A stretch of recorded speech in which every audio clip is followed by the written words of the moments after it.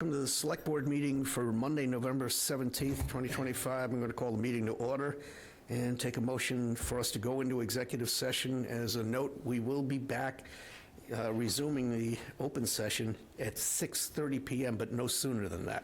With that, if you could. Mr. Chair, I move we go into executive session for A, pursuant to Mass General Laws, Chapter 38, 21A3, to discuss strategy with respect to collective bargaining or litigation if an open meeting may have a detrimental effect on the bargaining or litigating position of the public body and the chair so declares.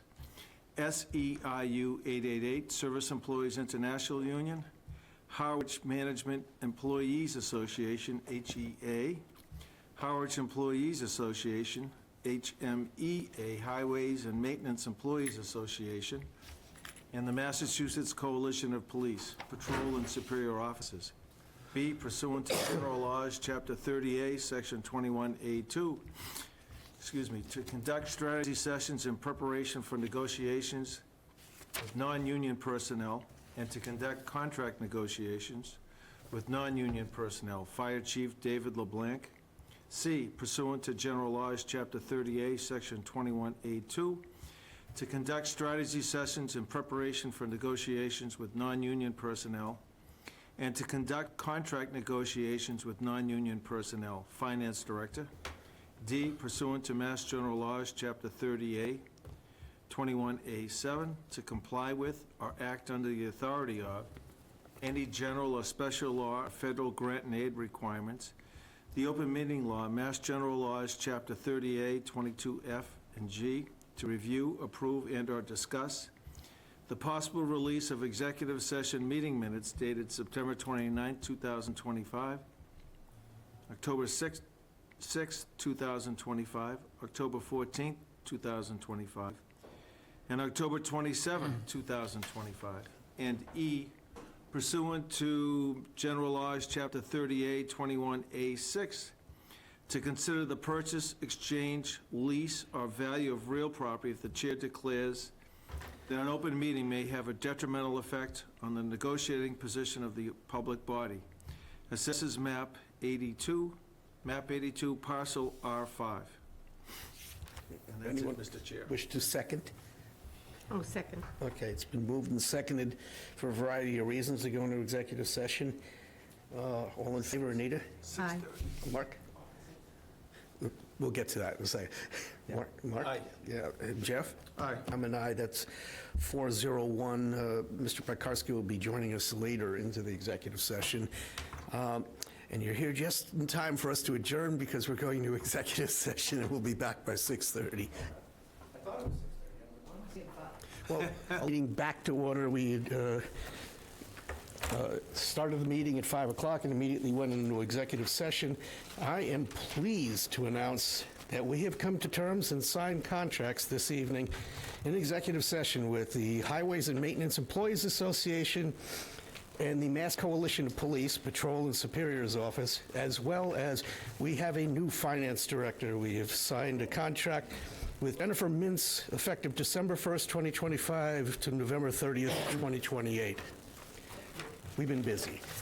And with that, I'd like you to join me with the Pledge of Allegiance. I pledge allegiance to the flag of the United States of America and to the republic for which it stands, one nation, under God, indivisible, with liberty and justice for all.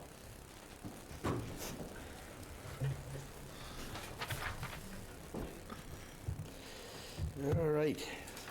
Move on to staff comments and announcements. Do you have any? Yep. Good evening, Carrie Scherner, Health Director. I am excited to announce that the Harwich Opioid Working Group is supporting a collaborative effort across the region to seek input from our community on the best way to spend the opioid settlement funds. We have partnered with Orleans, Brewster, Dennis, and Chatham to host 5 listening sessions. Each session will have a hybrid forum. You can attend either in person or virtual via Zoom. I have put flyers out back as well as on our website with all the times and locations for all the different listening sessions. There is one Zoom link. It's good for all 5 sessions. You do not have to be a resident of that community to attend a listening session. The sessions are not recorded and names will not be shared. For those unable to attend listening sessions but still want to be heard, there are surveys available. I've also put paper copies of these out back as well as put them on our website. For the surveys, you can print a copy from our website. Paper copies of the surveys are due 12/12/25 and can be returned to the health department right across the hall. And that's it. Thank you very much. Link. Good evening, Lynn Cooper, DPW Director. I'd like to give you a quick update on the Safe Routes to School project. I think the last time I was here was probably in the spring when we gave the board a full presentation of the project. The right-of-way was the town's responsibility, in which I decided to take on myself personally. It's rather in-depth, dealing with Mass DOT. We had to engage an appraisal company. They did the appraisals, they met with the butters and so forth. I followed that particular meeting up by speaking personally or meeting with any abutters on the project. And to reiterate, let you know, the project bounds would be Sisson up to the Cultural Center, south over to Maine. So the triangle basically around the elementary school is what we're talking about. And the project is simply R&R, removing and reinstalling the sidewalks at a $3.3 million project value. Out of that, the town's responsibility is to secure the right-of-way. We have done that. It is in process. I'm really giving you the briefing for the following. We started the right-of-way, which you never start unless the plans are finalized. In this instance, I was told the plans were finalized. The right-of-way agent told me the plans were finalized. Upon one of their reviews, they decided there was a couple of safety concerns to send that back to the consultant that did the right-of-way. I was put on hold. I have mailed the abutters one initial letter, and with follow-up conversations, and then I promised them a second letter in October. The date on my letter, I believe, was October 1st. I'm still in a holding pattern, waiting on the go-ahead from DOT. The second letter will tell the abutters what the award of damages is for essentially leasing their property on a temporary basis so they can construct a project, along with some other information.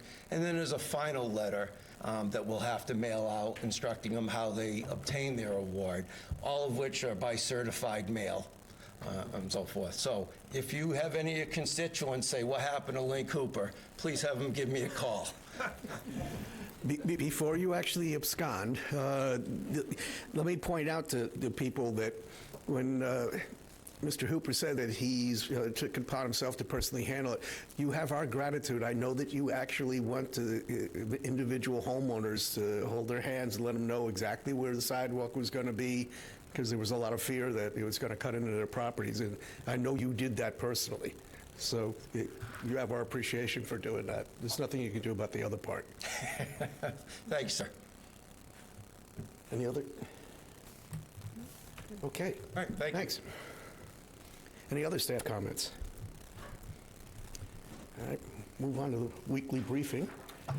So the only updates in the weekly briefing today are related to the sewer projects for 1 East and 2 West.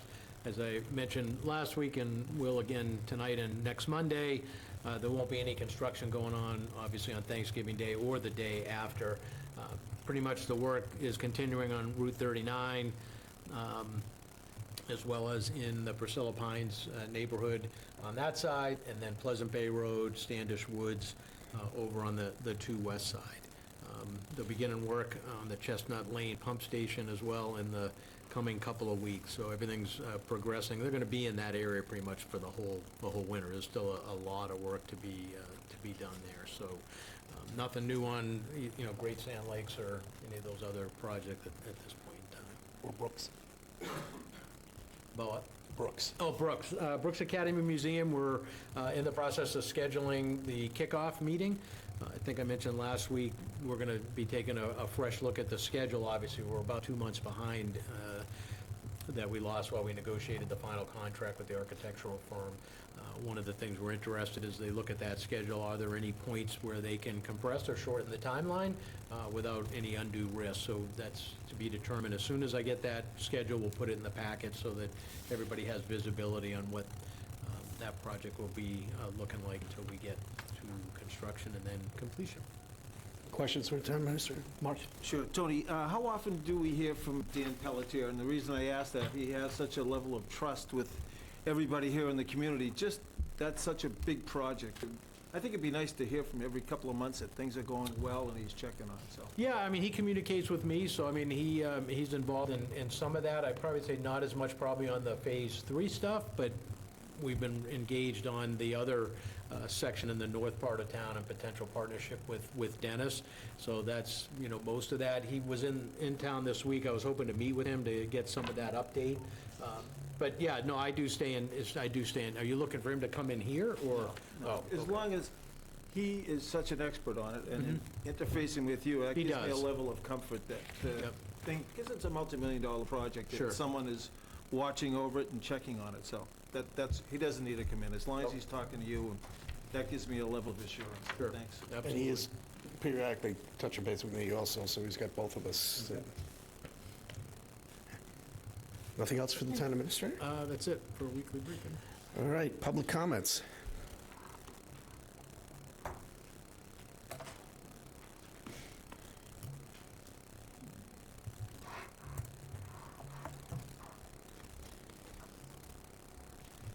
Hi, my name's Mark Ellis. I'm a resident since 2019. Pete, you've been helpful to me. I have an issue to raise tonight that, compared to the rest of the things you're going to deal with, is very minor, but I'm at a loss as how to communicate this, have it dealt with, because I feel there's been a real that the town has reneged on something that they promised to do. So I'd like I think I have 3 minutes, and I don't believe you can comment. And I have a handout that would make it easier to explain if I can give that out to you. I don't know whether I can. Yeah, sure. But you're right on the other two counts, so we can't comment, and it is 3 minutes. Thank you, sir. I've got 3 minutes.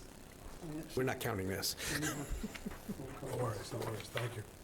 And the board of assessors is here tonight, which I didn't expect, so everybody gets to hear this. So in 2019, hopefully I can stick to my 3 minutes, we bought a wonderful house for $1.6 million. If you look at this piece of paper, you'll see in the top left the $1.6 million we spent on the house. The following year, we got our assessment for taxes. It was for $1,820,000. Obviously, it exceeded the value of the home by about $220,000. So we appealed it, and we got denied. So we went to the Appellate Tax Board, and before that, the town settled with us, and they agreed to the second column here, which is the abated value, and they brought it down to $1,496,000, if you look at the piece of paper. And you see there's another house I gave you a comparison of, which we used at the time as one of several houses to prove that our value, the value of the home was overassessed. And this home hadn't been sold since the 50s, so this is the first time that we've actually got a value that's based on a sale price. And so if you look at this other house, you'll see it's very similar. That house was bought for $1,650,000. The assessed value was $1,552,000. It was about 94% of the value of the house. If you look at the town in general, assessed values are generally below the actual price paid for the home. I did a whole survey. I presented it. So the town settled, and you'll see on the second page that the agreement from the town that shows that you abated the value. And then you'll see on the third page, because I was a little skeptical, I must admit, an email from the town council, Mr. Jonathan Murray, saying to me that the town would use that lower assessed value in future as the base. I don't know how much you know about assessed value, but it's formulaic. Every year the town comes up with a percentage, they apply it. So it's very important that the base be the lower base. We had a new assessor. She wasn't aware of this abatement. She used the old base.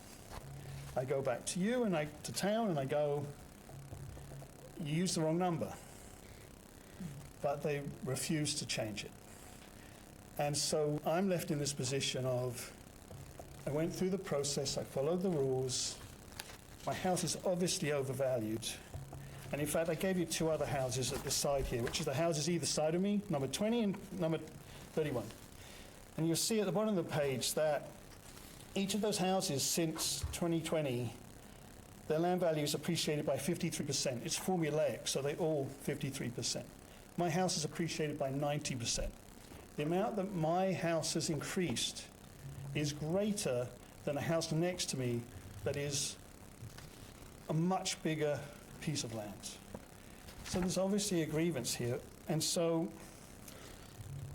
I have a little house. I'm building a bigger house now. The town's going to get much more tax out of me. It adds up to like $3,000 a year. This is a 3.9 million you're talking about.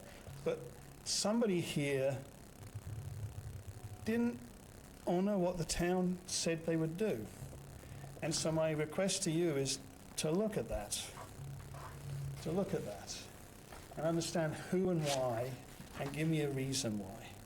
And if somebody tells you it's because they reassessed my property, take a look at the first column. The first column is the calculation of the percentage change that would have occurred on my house from 2020 to now if you use the old value. It comes to 53%. Nobody revalued this house. They just used the wrong value. So I'd appreciate it if you would at least look into this. And again, this is minor compared. I see the fire chief here, but I don't know where to go. I went to Pete. Pete said, doesn't look right to me. But he says, you can't tell the assessing board to abide by what the town solicitor said, the town attorney said. I think you actually can, because this is something that you agreed to. I'd like you to honor what you agreed to. So that's what I have to say. I appreciate your time. I appreciate actually all the work you do. I appreciate what the assessor does. You've been very professional. But something's not right here. So thanks very much. All I can promise you is we'll look into it, but this is not designed for adjudication of anything. Where to go? I went to the, I went to... You happen to have the right audience. And it's under appeal to the kind of tax board, but this isn't about a value, it's about, we already did the thing. We'll look into it, is the promise. Okay, any other public comment? With the board's agreement, I am going to bump up our two guests here. We are fortunate enough to have Senator Julian Cyr and Representative Hadley Luddy here tonight to present a legislative update. Welcome. Hi there. Good evening. It's nice to be here. It's nice to see. I saw many of you. We saw many of you just last week on Veterans Day, which was a very special moment here in Harwich. And you know, it's great to be. I don't think I've addressed the board under the new furniture. So congratulations. We redecorated just for you. Redecorated for me. Looks Okay, great. I love it. And I'm really thrilled that y'all have Tony Schiavi as your acting town administrator. Tony is someone who brings a real depth of experience and is just a really good person here. And I know there's been some transition in Harwich, and so I'm glad to see you folks in good hands. I think what Rep. Luddy and I wanted to do is just come and provide some updates, mostly related to, we're glad to talk about any and all issues you want to talk about. I think we're going to try to keep it to municipal-related matters that are before you folks. We have been able, this legislative delegation, under the leadership of former State Representative Sarah Peak, and now with Hadley Luddy, the rest of our delegation has worked really hard to look out for the unique challenges that Cape Codders and Islanders face, and how do we deliver tools for our communities? How do we make the case on Beacon Hill that, look, I think folks have a good sense of what Harwich and Chatham and Truro and Martha's Vineyard and Nantucket are in July and August, but really making the case of the challenges our communities have to sustain ourselves year-round, the whole host of challenges and costs to that end. I have been laser focused in my entire tenure, but particularly in the aftermath of the COVID-19 pandemic on housing affordability, the reality is that Cape Cod now is no longer affordable for a year-round working person. If you don't own a home currently, in most of the communities I represent, certainly this is true on the Outer Cape, on Nantucket, on Martha's Vineyard. If it's not true in Harwich today, it will be true in only a matter of years. If you don't yet own a home, or you're going to inherit a home, you will not be able to afford a home here in Harwich across the region. And so what this is really forcing us to look as a region is figuring out, all right, how do you go about subsidizing housing, not just for people of low income, traditional affordable housing, which we have longstanding programs, tax credits, 40B law, all these things that you folks are well familiar with. But how do you subsidize housing for your firefighters and your police officers and your teachers and other municipal workers? I'm sure as you're searching for who's going to be the new town administrator here, housing is probably a big part of that conversation with the folks that you're negotiating with. And so what we've really sought to do is bring some look, who else has faced this problem, right? There are other places like Cape Cod that are seasonal in nature, that have these population swings, that have these swings on their economies. What, if anything, are they doing? How can we replicate that here in Massachusetts, and what resources the state can bear? I think just drilling down a little bit more for Harwich, right? Median home price, just 2 years ago, median home price in Harwich in 2023 was about $740,000. I think when I just checked, median home price is $980,000. You're going to be at $1 million median home price, next year, 2, 3. And we see the effects of this, right? Every year, about 1,000 families on Cape Cod making under $100,000 are leaving each and every year. We now think about 30% of our workforce is commuting over our bridges. And in Harwich, almost 40% of the housing units in the town are used seasonally or recreationally or occasional homes. About 1/3 of Harwich households are cost burdened by housing, meaning that they are paying more than 30% of their income on housing. 14% are severely cost burdened, meaning they're paying more than 50%. So this is a real challenge today, and it's only going to grow as a challenge, right? I represent Nantucket, where the median home price is well north of $3 million, or Martha's Vineyard. There's actually a very clear pattern of where the housing prices are in Nantucket. About 5 or 6, maybe 7 years later, they're there on Martha's Vineyard. You then see that similar trend in my neck of the woods, in Provincetown and Truro, and it continues. So this is going to remain tremendously challenging and really sort of existential for how do we sustain schools and towns and services, how do we provide health care and support to the oldest population in New England, right? Cape Cod is a naturally occurring retirement community. We have as many seniors here on Cape Cod as they do in the villages in Florida. And so these are the sort of challenges that we've been grappling with. What this legislative delegation did, and Governor Healy signed into law a historic housing bond bill, the Affordable Homes Act, put $5.1 billion into the housing problem statewide. I'm working on this problem statewide. I now chair the Joint Committee on Housing. But related to Cape Cod, related to the islands, we work to establish a seasonal communities designation. This is a toolkit that gives towns like Harwich the ability to do things that you traditionally would come to us requesting a home rule to do. Actually, Harwich currently has a home rule petition right now pending in the legislature around a attainable housing trust, right? Under seasonal communities, you can just do that. You don't have to come, mother may I, to the legislature and pass another home rule petition, go through that lengthy process. So this designation is available to Harwich.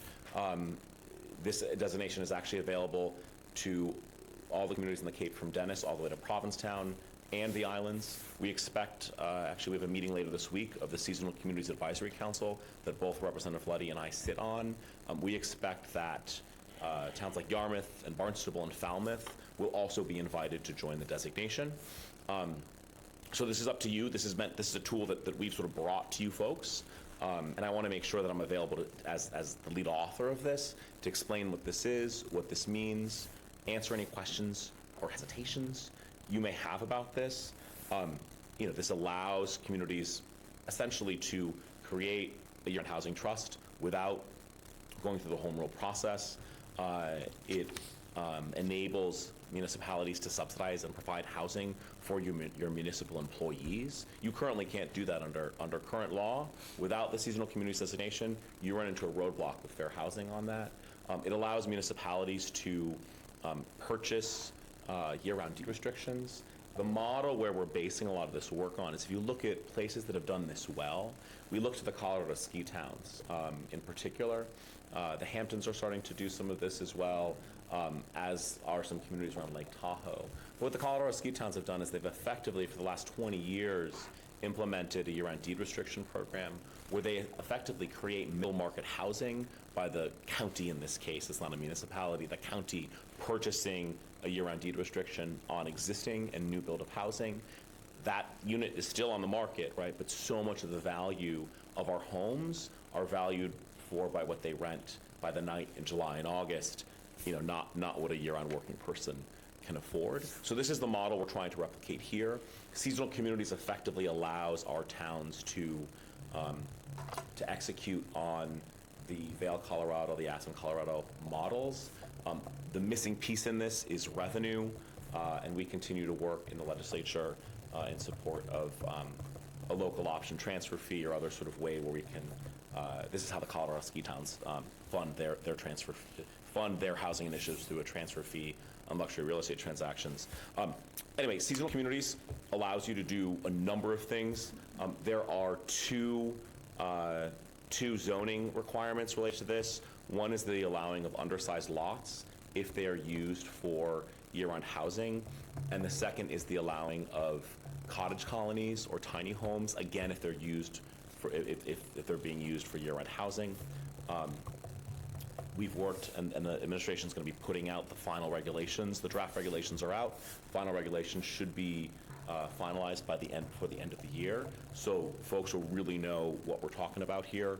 If you have questions about this, if you have concerns, please raise them here, and also work with us to follow up on that. I just want to make sure that, particularly as you go into town meeting season, if you want to take advantage of this tool, you'll have to go to the voters at town meeting to opt in. Everyone from Chatham on out to Provincetown and Nantucket and the 6 towns on Martha's Vineyard and the island of Gosnold, smallest town in Massachusetts that I represent, all have adopted the designation. It's pending before Dennis and Harwich, and just want to make sure that we're answering questions. Any questions folks may have, any hesitations. Really, this is meant to be a toolkit, yes, that you can use today, and also that you're going to need in the coming years and decades, I think, as this housing crisis gets worse. We continue to be laser focused on wastewater. Wastewater is, one of the costliest, biggest challenges we face. I know members of this board have worked on this issue long and hard. Your comprehensive wastewater management plan, you're doing 92 miles of sewer pipe. You've got quite a plan here. The Cape Cod Islands Water Protection Fund, which I hope all of you are well familiar with. This is something that Sarah Peak and I authored in 2018, where we take a 2.75% surcharge on room occupancy into a dedicated shared pool of resources for Cape Towns. Already to date, we've provided the Cape Islands Water Protection Fund has provided $306 million in other people's money for sewer projects across Cape Cod. It's a 25% subsidy, essentially, on your wastewater projects for most of these large projects. It's enabled over $1 billion. That $306 million has enabled $1 billion in projects, and we're going to do another $1 billion in projects by the end of the decade. In Harwich, you folks have benefited from this directly. I think phase 2 of the Harwich sewer collection system received that 25% subsidy, over $5.5 million, and with more to come.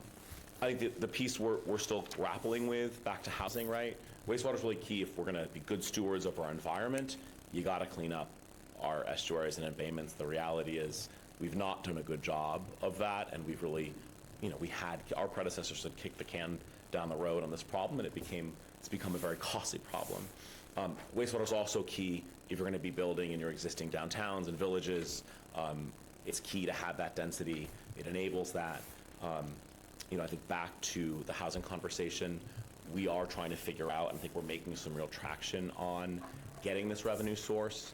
Because the reality is, I think if we just have to pay for solving the housing crisis on our property tax, just on our property taxes, it'll be cost prohibitive. It'll be very difficult for us to meet the moment across the region. So the idea is very much of this transfer fee, but there's some conversation about how do we, if we're actually successful, if we work some magic and actually get this local option, either for seasonal communities or on another mechanism, how do you actually deploy those resources?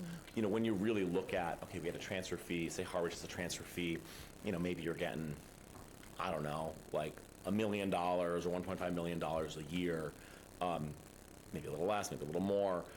You know, how are you able to sort of execute on those dollars, right? The reality is when we talk about our communities having to get into the housing business in some way, municipalities are, you know, you have to deal with public procurement law and a whole host of other sort of clunky, it's hard for municipalities to play well in our real estate market. So there's some conversation really coalescing about, all right, if we're able to get this revenue source, how can we pool resources? How can we use, you know, the model of the Cape Cod Lions Water Protection Fund, which has been remarkably successful in collecting revenue, in sharing resources across towns, where you have, you know, towns as big as the town of Barnstable with, you know, probably $2 billion in sewer needs, and the town of Truro, which is far smaller and has far less needs. How do you actively go about doing that? We have a good model, and so there's some active conversation that Representative Luddy and I are beginning to lead in saying, all right, if we got this revenue source, how could we go about administering this in a way that would make sense and would not create a complete headache for our friends in town administration? So stay tuned there. So that's sort of the big update from me. I'm glad to, if folks are interested now or later, get into the specifics of seasonal communities, but I don't want to just chew up airtime talking through regulations. And I'm now going to turn this over to Representative Luddy, who's been, month 11, a tremendous partner. Yeah. You know, so much of this work is collaborative. So much of what you folks want to get done, you know, goes through Beacon Hill. So much of what we pass has consequences for towns, hopefully for good, sometimes for ill. And really, you know, working in partnership has always been a real hallmark. One of the real important lessons that I learned from Sarah Peak is that collaboration and partnership between the House and the Senate is absolutely essential. There's only 8 of us on Beacon Hill who represent Cape Cod and the Islands out of the 200, and that's really been a tradition that we've worked really hard to continue, and so glad to be here with Rep. Luddy, and she's doing an awesome job. Great, thank you. So it's really been a thrill so far now in month 11 to represent the 4th Barnstable from Harwich to Provincetown, and it's an honor to work with Senator Sear and the whole delegation, and I actually really want to emphasize how wonderful it is to work with a delegation that really collaborates together on so many issues. We're a bipartisan group who address together issues like mental health services, making sure that our Pocasset Mental Health Center didn't close, trying to address utility costs and issues like cell service or the lack thereof, and the challenges that we're all facing in our communities around those. So it's been really a highlight for me to work with that group. And I've really tried to focus from day one on listening, learning, and legislating with a deep commitment to ensuring that the voices of the 4th Barnstable are heard on Beacon Hill.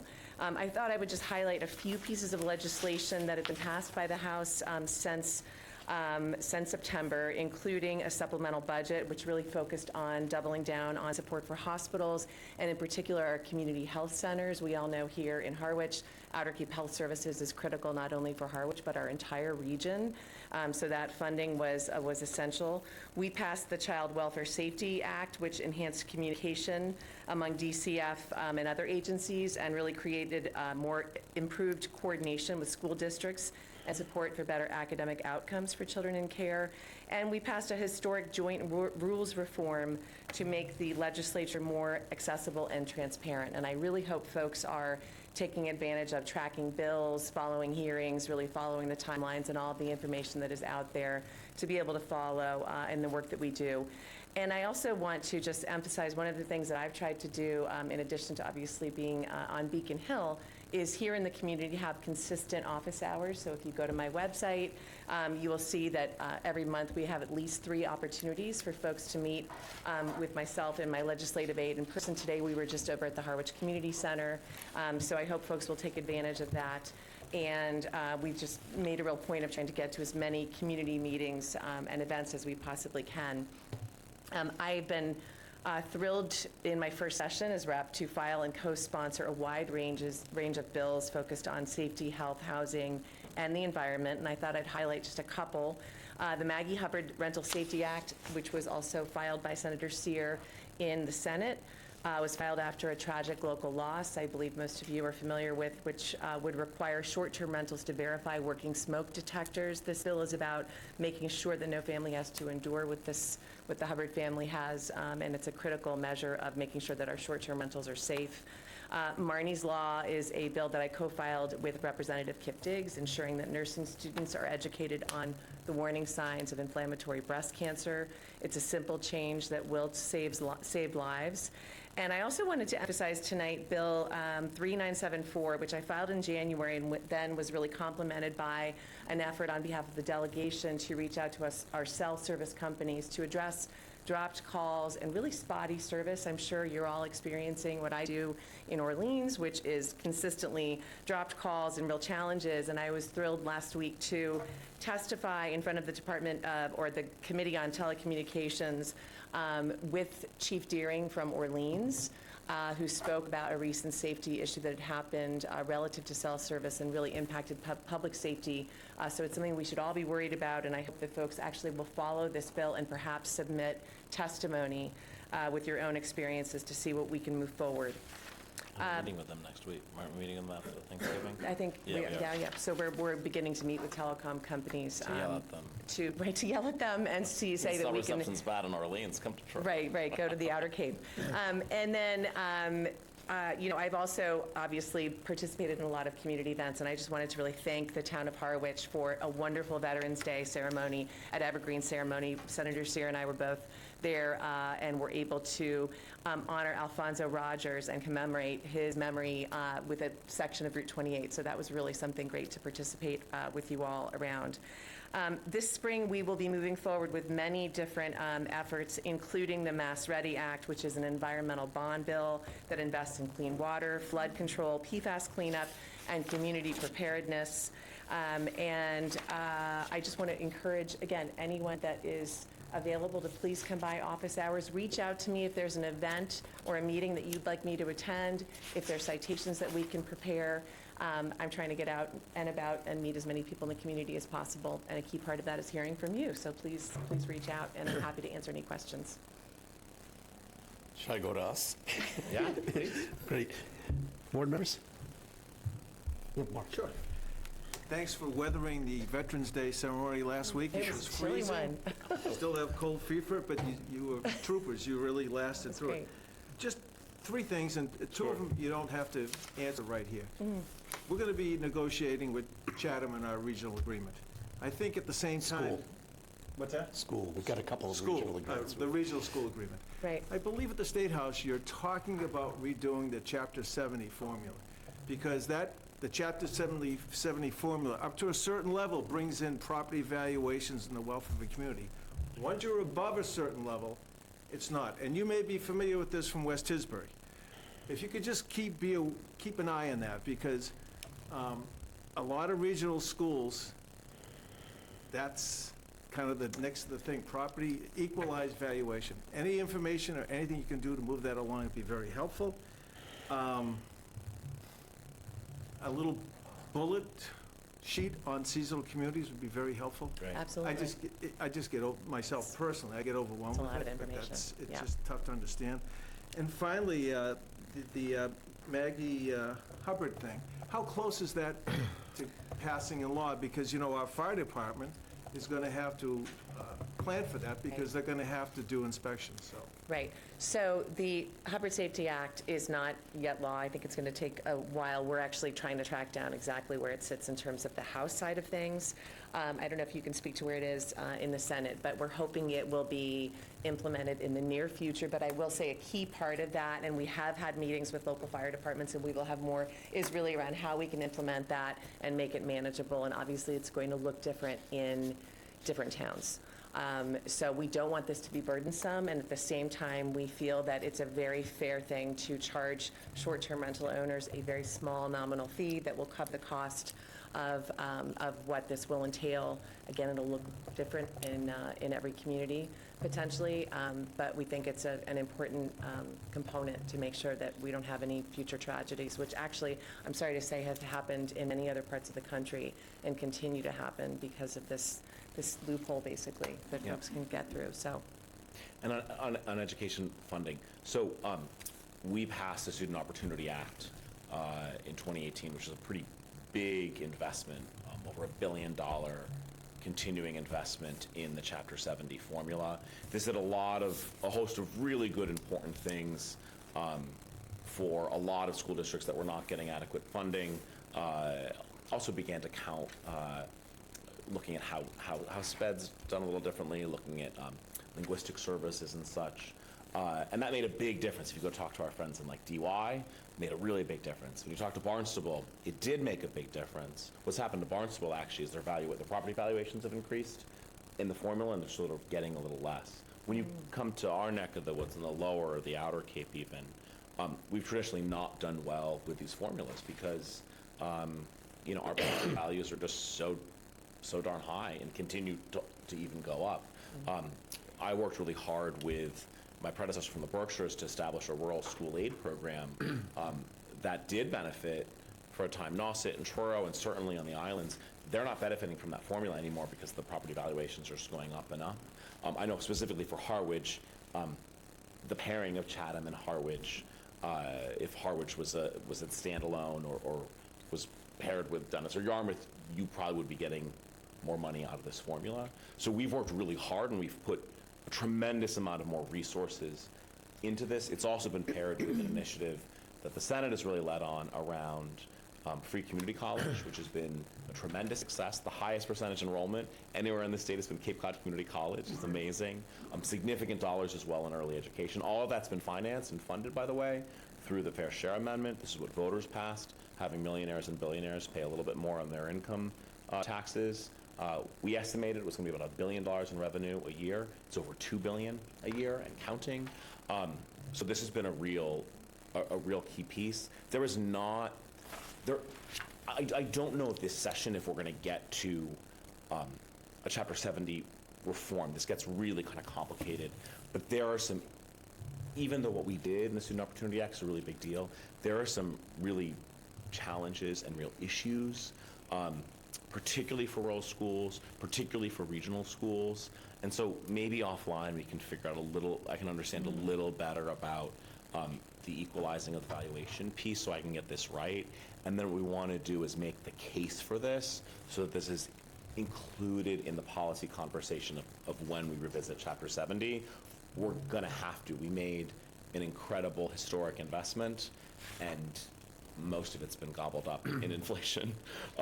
So this continues to be on our list. Whether it happens this session or not, I do want to make sure that I'm well equipped to go to bat for Harwich, and I represent a number of regional districts. Actually, all the districts I represent, except Nantucket's its own school district, and Barnstable its own school district. But most of the schools are regional, so we'll stay on it.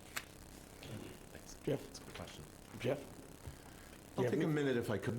Okay. Writing down some things. Oh, great stuff, by the way. Anita? No, I really don't have anything, but it's nice to see you both, and thank you very much for also attending the Veterans Day service. I was there, and it was quite a nice day and quite a nice ceremony that was had. Thank you very much. Well, I got a couple of things. Yeah, Brian, please. This is what we're here for. I happen to be a rep in the Clean Waters Board. I was involved in the bylaw and regulations committee with Andrew Gottlieb. So partly the reason that up in your neck of the woods got an equitable amount of money because we started realizing that people in the larger towns were thinking that all the money was going to be theirs. And the mechanism does have a right going around. Problem is, it's an actuarial problem, is the amount of money we're pulling in against the amount of money that these things are costing right now, because Harwich is pretty much in the top 5 in terms of its aggressiveness in doing this. Our share in today's dollars of what those sewerage look like, is about $500 million for just a town. So you can understand that that's a kind of vexing problem, and we had to change the way we were reimbursing because we were giving up front the whole amount, and now we're having to dole it out year by year. We're concerned about that, and the SRF fund doesn't look entirely solvent either, and that's a state problem. That's a big one. Yeah. So just keep your eye on that, because we don't have the capability of absorbing that, and all these things are aligned together. Like Mark was talking about the regional schools. You've got cleaning up estuaries and everything over here on the left side. And if we're really successful at doing what you're posing for affordable housing, the irony is it's going to drive more kids into a school system without actually money coming with them, because for the most part, the property taxes are pilots if you're living in an affordable housing complex. So you're getting kids, but you're not getting the money from the residents in terms of the property tax. So, and it's going to get worse if we can't come up with an equitable solution for this, because DESE doesn't want to get involved in this kind of conversation at all. It's going to rest on one town being able to control both towns. So that is a major problem. Yeah. And I'm going to close out with one more thing for you. If you do get involved with attainable housing, and you know we were one of the towns that wanted it, it's more or less like trying to have two different planning boards for expensive houses and cheap houses if you start creating different mechanisms. I hope you're not thinking of creating another trust that would be solely dedicated to attainable, and another trust that's associated with affordable. It's hard enough to get people versed in what the ins and outs of the regulations are without presupposing you're going to get two separate committees populated that way. Yeah. So we are on SRF, the Mass Ready Act. This is our opportunity to continue to make sure that we're getting our fair share of state resources. Right about SRF has stepped in typically with about 25% of the subsidy. Water Protection Fund, another 25%. You know, look, 50% is still on property taxpayers or on sewer betterments or whatever, but you know, that's been significant. We are concerned about SRF not receiving the same level of federal dollars they've been receiving. I have no control over that, but we are very much laser focused on the SRF, what is needed in this Mass Ready Act and this environmental bond bill. We do this every sort of 5 years, 3 to 5 years, so this is an opportunity for us, and we'll seize it. Just on, I really appreciate your comment about, you know, the Affordable Housing Trust, the Year-Round Trust. In the regulations, the draft regulations that HLC put out for the Year-Round Housing Trust, it allows you effectively to have the same board, or to have a parallel, you can have parallel nature of the boards. I just think that makes sense, right? You may be talking about different pots of money, but the actual board work, you know, that was something we heard loud and clear. That is reflected in the draft regulations. It'll come out in the final. And then just, I want to be clear on the attainable housing conversation. There's no requirements, and I've actually heard this, one of the first times I've heard this brought up.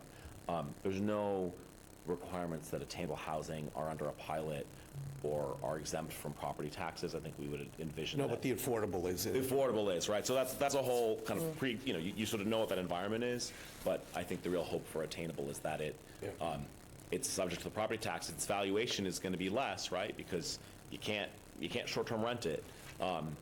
But, you know, the hope is that it is going to add to the property tax base. And Harwich has a really good history, and you're going to see our friends from the Conservation Trust talking with us tonight. We have a lot of things that we've been doing. We took a leap of faith with our Great Sand Lakes ponds to start getting involved in that, as well as the embayments. Yep. All that goes away if we don't have access to any funds. And we took a leap of faith to get Great Sand Lakes done because we knew they had the money in hand. But we're real worried about what next year and the year after look like. Yeah. No, we're on it. Appreciate that. Jeff, I stalled as long as I could. I see. Thank you. Appreciate that. Still writing, but that's fine. Thank you both for being here. Great to see you at Veterans Day. It was a wonderful event. I will be calling you both. Great. I have a lot to talk about and a lot I want to get educated on and a lot of questions I have that I feel need to be answered. Harwich is investing in Harwich, and we are investing in ourselves. And we're investing in ways that you can see, which housing, resident services, school systems. We're also doing a hell of a job investing in things that you can't see. And that's where the future of Harwich truly lies, and the future of the Cape, which is in our clean water and our sewer. Those are the things that you can't see. But if you don't invest in infrastructure, you don't have a prosperous future. Right. Anything that you all can do to help us get, as Select Board Member Howell stated, any help from the state. Cape Cod, Harwich, we're a very unique area. And these are my thoughts. These aren't the board's thoughts.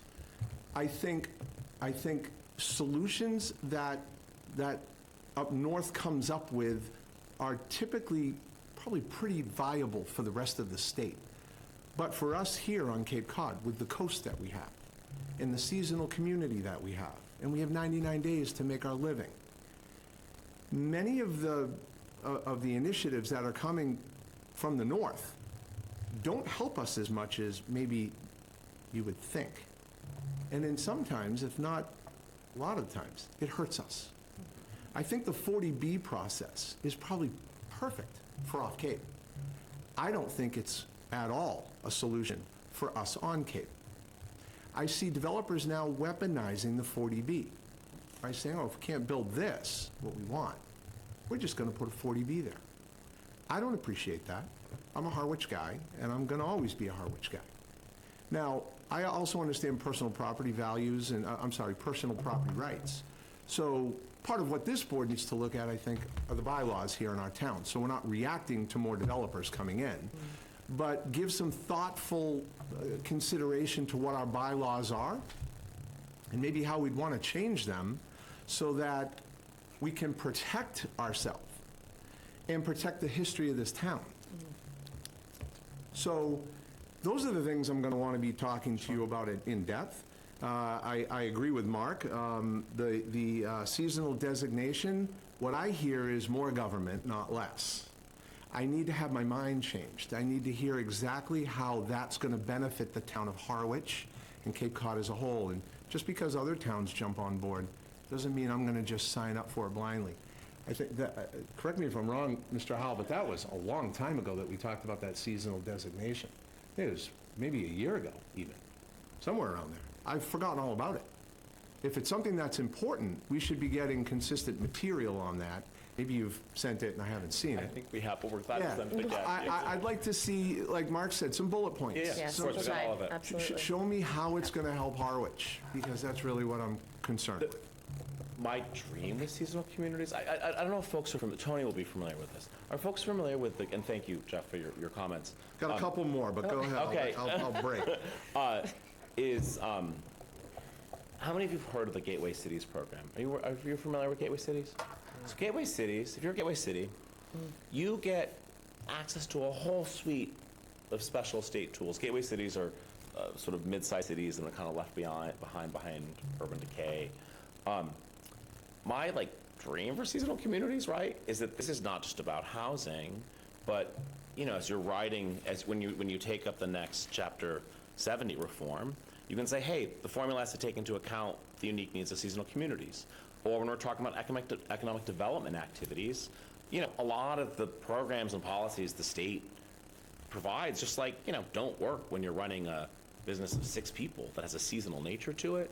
So my hope actually is that, as someone who spent really my tenure figuring out and having quite a bit of success in making the case to my colleagues that Cape Codders and Islanders face unique challenges, that we're not all, wealthy and, that we have very significant specific needs, and help us figure out, in many cases, help ourselves. And that's what we've done on wastewater. We're going to have to keep tinkering on it, but it's been a huge accomplishment, right?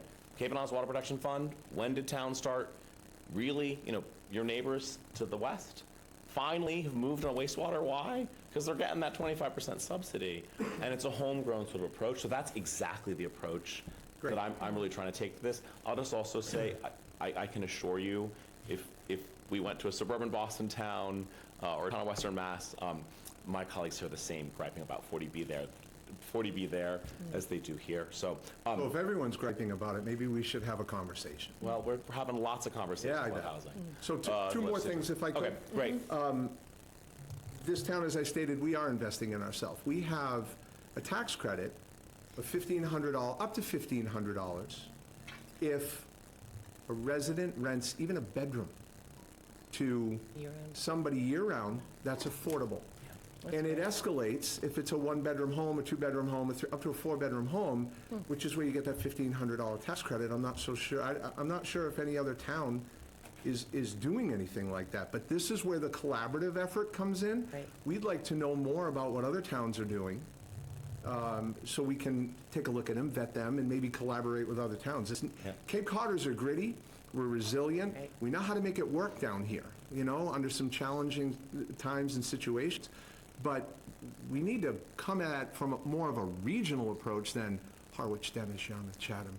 So that's one. And then the last one, we do have a project online right now waiting for the state to approve the affordable housing lottery for this project, so that this person who has the project and is waiting to rent affordable 3 units, is waiting on the state.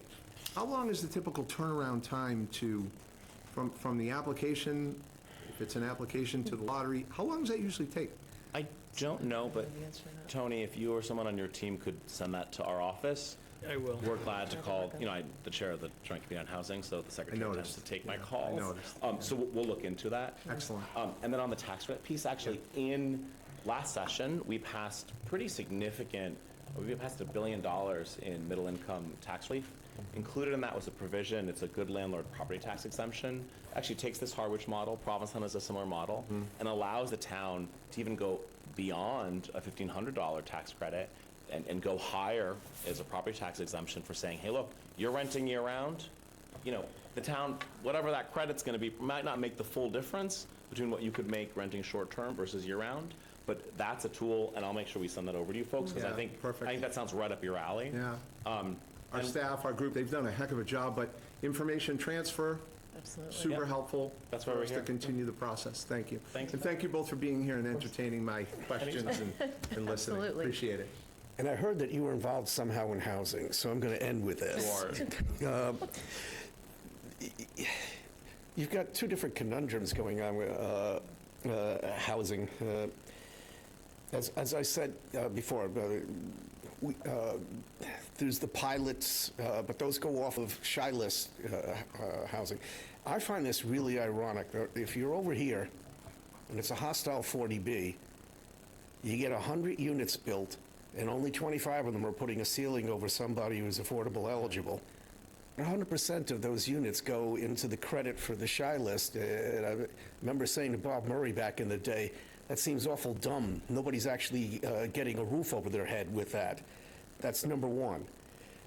Number two, when you're talking about affordability, the shy list is really important because it could be a punishment mechanism as well as a reward mechanism. We have Pine Oaks, I'm pretty sure you're familiar with that. Was there with you? And they had one of their phases fall off the shy list because the deed restriction on the property had expired. Nonetheless, they had a HUD contract that specified 30 and 40% AMI for all their tenants. So over here, you're getting 100% of the credit for 75 people who are living in market rate units. And over here, you're giving housing to people who that you want to see get housing, and we're not getting credit for it on the shy list. So something's got to change in their mentality, because it really should boil down to, are you helping the people that you're trying to focus on? Yeah. And Nantucket's actually had a very has had a longstanding effort around wanting us to change the shy list to count. They have covenant houses they actually provide. So we've been trying to do this. I've not been successful on that piece, but I think we're going to have to figure out. I just wanted you to hear No, about that. I think especially as seasonal communities develops, we're going to have to figure out, well, how does this interact at all with 40B? I think the good news for Harwich, right, is you guys have put forward a housing production plan. You know, I think you're going to get to your 10%. Orleans just did. You know, I think you're going to get there, and you know, then you'll be in Yeah, but safe harbor. Jeff had a really But I good think- point, by the I think way. we wanna Part of this figure is out- lathered into the environment, because some of these projects just aren't geared towards consuming large virgin plots of land, which really seems to be the impetus in the rest of the state. Bigger is better, knock off a giant project and we'll all be happy. And that's become a problem here, because you're also trying to spend a lot of money on ameliorating problems that we created 20 years ago. And the more density we put in, the more, and some of these places are either going to have to put in innovative systems, or they're just going to put Title V's in. There's an irony involved in that. On one hand, you're trying to encourage cleaning up everything, and on the other hand, you're using ancient technology to do the septic duties. So there's somewhere or another, and Jeff's right, somewhere or the other, we're kind of pitching which child we like better. It's not well constructed. Mr. Chair, if I can pile on to that, because these two look like they're really interested in more piling on. They're looking for the exits, I see that. I'll say, Mr. Chair, bullseye on your comments, 100% agree. If the Cape should have a shy list number of not 10%, but 5% with incentives for creating affordable housing above 5%. We don't have the infrastructure here. We don't have we don't have the ability to grow to reach 10%. Now, I guess Orleans did it. Great for Orleans. But I think we're at 5.5%, somewhere around there, 5%. I think the state needs to look at Cape Cod a little differently than it looks at the rest of the state. That is what I've been doing. No, in the nine. No, I mean seriously. and I commend This is you what I've for been it. doing. And look, we're not going to be successful. You know, I'm sorry? even if I were Senate President or some or Hadley were the Speaker, you can't kind of get everything you want in this legislative Sure. board. But I can assure this board, and I hope, and you're really giving me some food for thought and thinking, all right, we got to go back to the regional school agreement stuff and see, all right, Student Opportunity Act like 4.0, how does this take into account regional schools, rural schools? We're going to find something there. On the housing front, right, how do we, 5%, 10%? The reality, if you go look at the Colorado ski towns, they have subsidized 30% of their housing stock to sustain year-round. That's not affordable. That's under the attainable housing, right? So we've got these big challenges that's exactly the perspective that, we're bringing to this work. And frankly, why we come to our select boards, not only to say, hey, this is what we're doing, but to listen, to get ideas, to figure this out, because I think we do face some. Don and I will be over around 10 o'clock tonight to your house. You want to drive to P-Town? More conversation. Thank you. I'm waiting always welcome. I'm waiting for the office visit. I hear that the Danishes are good. And, Pete, did you have anything? Just real quickly to Selectman Handler, the state does look at us differently when it comes to the cherry sheet. So, We need to rename it. right. And just to both of our reps, if in the future, if you could give us kind of a heads up on some of the topics you'd be discussing, I would love to have been better prepared for the community, the seasonal communities discussion tonight, but not having that, prepped ahead of time, I don't have much to add. And so the only question I really do have for you folks is, do you folks have any knowledge or understanding on where either legislative body stands with the potential audit that was supported by 60% of the taxpayers? I'm sorry, 60% of the voters. Voters. Yes. Yeah. So there's a disagreement among lawyers about whether or not it's constitutional. I can tell you what we've done in the Senate. We've had a long-standing audit. I support an audit of the Senate. It's publicly available on our website, and I'll defer to, the Attorney General, House and Senate Counsel, Auditor are sort of fighting out this constitutionality question. But I can direct you the link to where that is, of where the existing stuff that we do is. I mean, honestly, every public entity should be audited. We're audited. That should happen. Agreed. And I think the auditor's goal was to get a little deeper than just, dollars and cents, of course, right? And maybe that's where the legalities come in, but, I think, again, when you get 60% of the folks who showed up at the polls that support it, it's probably something that should happen. Just my opinion, but anyway, appreciate that. Yeah, I mean, what I would have liked seeing, and what I think we should have done from the first place, is you just said, yeah, of course, there should be a law that's saying that we have to be audited. I think there's a political dynamic here, right? And so there just is. I mean, look, Dinah's a friend of mine, right? I'm talking about this. There's a political element, and I think what we should have done is said, yeah, we should have this law. They should be done independently. Let's take the politics out of this. And now it's evolved into this political morass. And to your prior point, we will recirculate. I know that my office has been distributing this information, I think, to Tony's predecessor. We're going to recirculate everything, take a look at all, especially seasonal communities, study it a bit, and I'm glad to come back and walk you through each and every piece of this so you can really have an understanding of, what the heck this is. The spirit of this is very much designed in saying, hey, we got a unique set of problems here on Cape Cod and also on Martha's Vineyard and Nantucket and some of these Berkshire towns too. These are some tools that would help us, and so I'm delighted to come back and spend some real time to make sure you folks understand what this is. I was going to say, we actually have extended them an open invitation, and I know Hadley's got us on their destination map and GPS, because I've seen it a lot here. I'm sure you folks will come back on Absolutely. on an issue-driven kind of visit. Yes, from the peanut gallery back there. It's not quite like the legislature. We're going to cut off in a second, but we let the audience speak.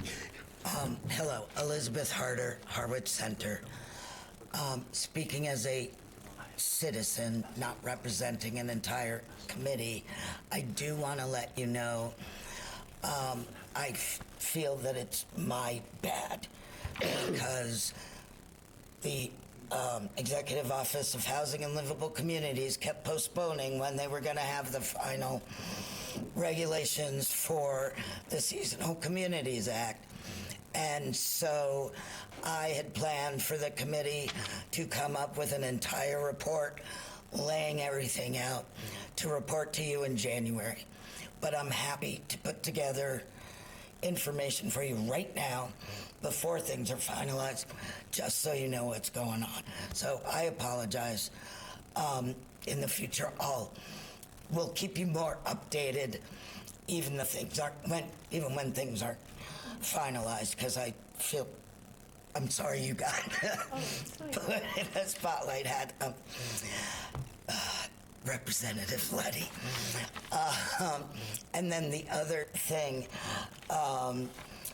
as your Harwich delegate to the Barnstable County Assembly of Delegates, I was planning on asking to have about 10 minutes at a meeting sometime in December or early January, if you wanted to do both at the same time, because I'm now chair of the Economic Development Affairs Subcommittee.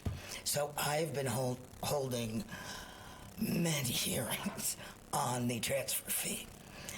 And what we are doing at the county is also putting forward a home rule petition for a transfer fee, because we want, and then we're also going to write a letter supporting Senator Sears' work in expanding the seasonal communities and support for the,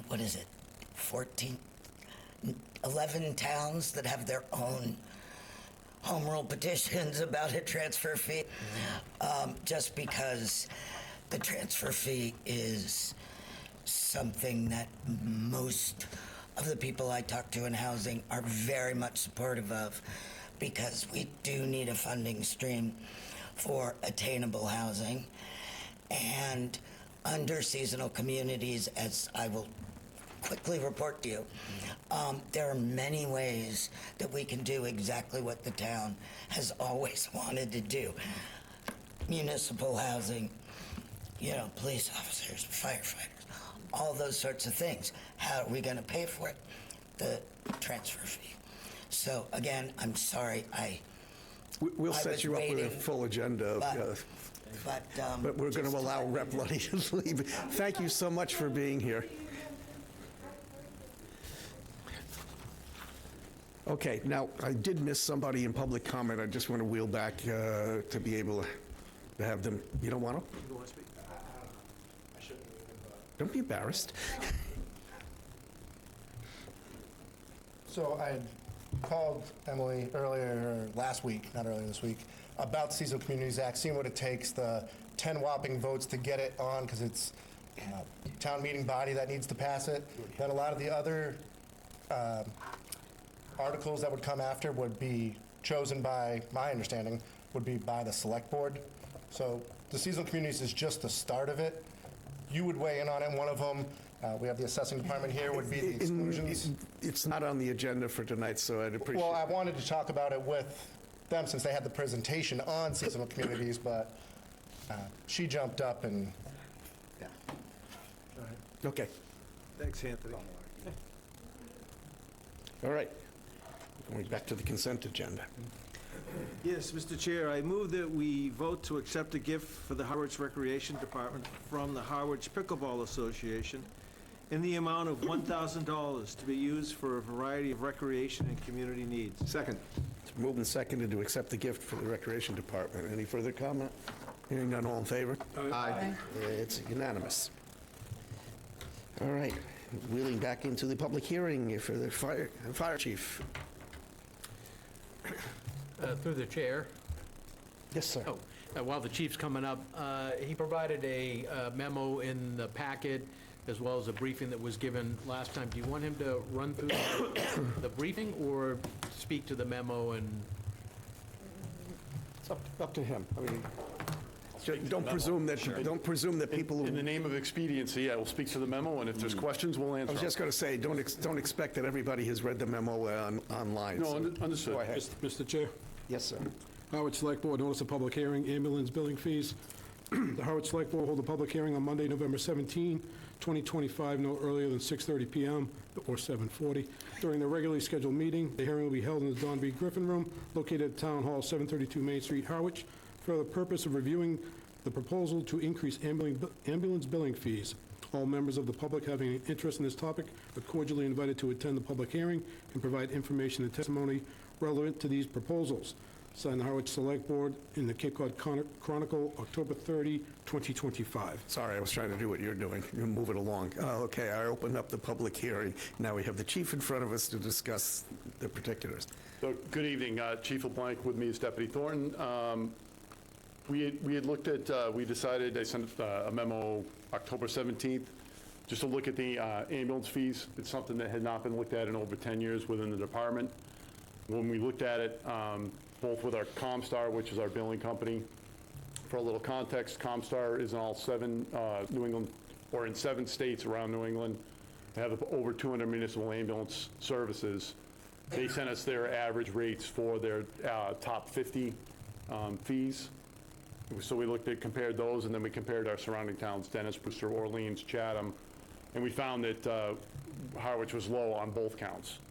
So looking into it a little bit more, we were provided information from ComStar that basically applying their average 50 rate to last year's billing would have generated about another $140,000 worth of revenue. So while we're always careful with, it's an ambulance, it's a service, we always want to be sensitive to the needs of the public and never really look at it as a way to make money, so to speak. Also, when you look at how much the fire department budget's increased in that 10-year period compared to what our ambulance fees have increased, 0. It's time that we're not really reaching the mark in terms of collecting what we're spending for the service for the ambulance. The other area that we found is a potential issue is one of the auxiliary programs we do, which is through Mass Health, is the Certified Public Expenditures Program. That we've seen go almost up to $200,000 in additional revenue, and it's fallen back down. Part of that could be because the depreciation has started to fall off for some of the vehicles. But part of that, we believe, is because our rates are close enough to the Medicare rate that there just isn't the difference in there for us to collect. So based on that, we decided that we made the recommendation to the board in the memo that we would go to the Comstar average 50 rate for the town of Harwich. And the only thing that's different from that is we also agreed or looked at increasing our mileage rate from the $29 it is to $35. I'd like to add one element that you didn't cover, and then open this up to the public. What's the most difficult to recruit position that you have right now? All of them? Well, there's more. There's No, one that's more. paramedics. We're struggling. And what's the biggest constraint? Wages is one of the biggest constraints. Cost of living is the other. These two are linked. That's what I was trying to at least point out to the public. To the extent that we are not collecting, or even looking at the rates over the last 8 years, during that same period, we're having greater and greater difficulty in filling the most experienced level in the fire department. And there has to be a way to deal with that. So with that, open this up to the public. Anybody from the public want to make any comments about this? I'll take a motion to close the public hearing. Nobody online, Mr. Chair? Is there somebody online Oh, I'm waving at me? asking. I can't see it. I don't know. Nobody's waving. All right, Motion to close public hearing? second. Okay, it's been moved and seconded to close public hearing. All in favor? Aye. Any opposed? It's unanimous. Okay, deliberation. Folks. Mark? Yeah, thank you so much. Well needed. Just to explain this, the Harwich gross charges were $5,851,000, and the gross revenue was $1,904,000. What's the delta? In other words, do you bill out for, I just didn't understand that, if you could explain. Well, I'm not sure I can because it's health insurance, but basically that's the difference between what the total amount billed is and what is recovered from insurance. Then I understand it. And that's, from what I understand, not being an expert on it, it's pretty much an industry standard. It's what the payable amount is. Any other comments? All right, so we're at the point of consideration of adopting the new rates. I'll accept a motion. Mr. Chair, Yes. I move that we approve and accept the recommendation from the fire chief regarding the increase in the ambulance reimbursement rates. Effective when? December 1st. That's what I said. Okay, that's what I was hoping you said. So do I hear a second? Second. Okay, it's been moved and seconded. Any further comments? All right, hearing none, all in favor? Aye. Any opposed? It's unanimous. Thanks, Chief. Thank you very much. Thanks, Deputy. Thank you. All right.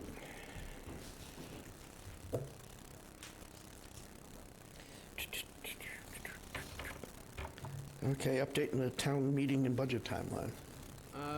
So the budget reviews, departmental reviews are ongoing, pretty much taking up most every day this week. Goal is to try to get everybody through by Friday. We have a couple that we're doing on Monday, which will complete all the departmental budget reviews. We go line by line with each of the department heads and myself, looking at each line on salary and wages, each line on the expenses, so that is on track. Those deadlines.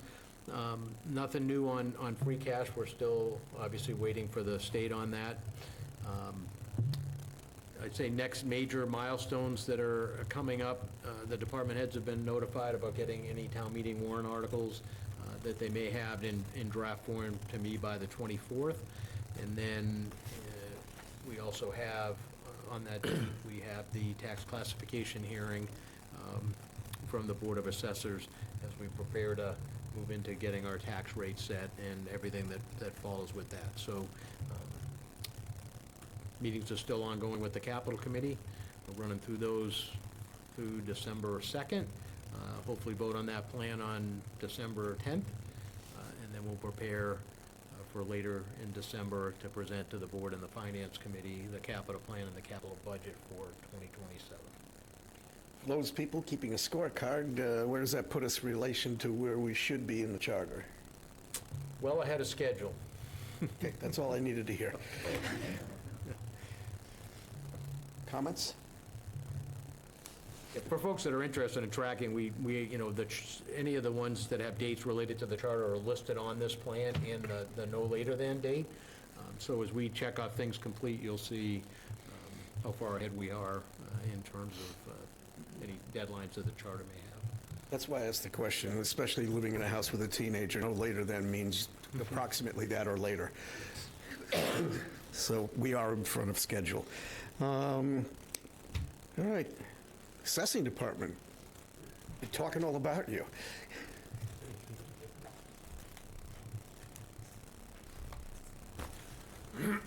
I see you have your fellow assessors here. We did call to order at 6 PM, the Board of Assessors meeting, and with me tonight is, where'd they go?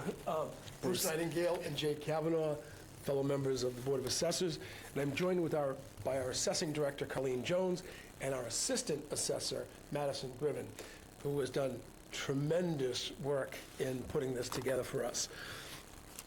We decided to come before you before the classification hearing, which is next week, because we're hearing across the Cape, towns looking at residential exemption.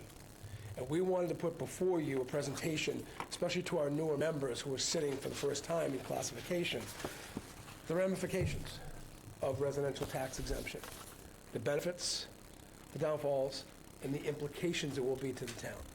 So we have, Madison and Carly put a great program together. You received it in your packet, I assume, and I'm sure all of you read it in detail.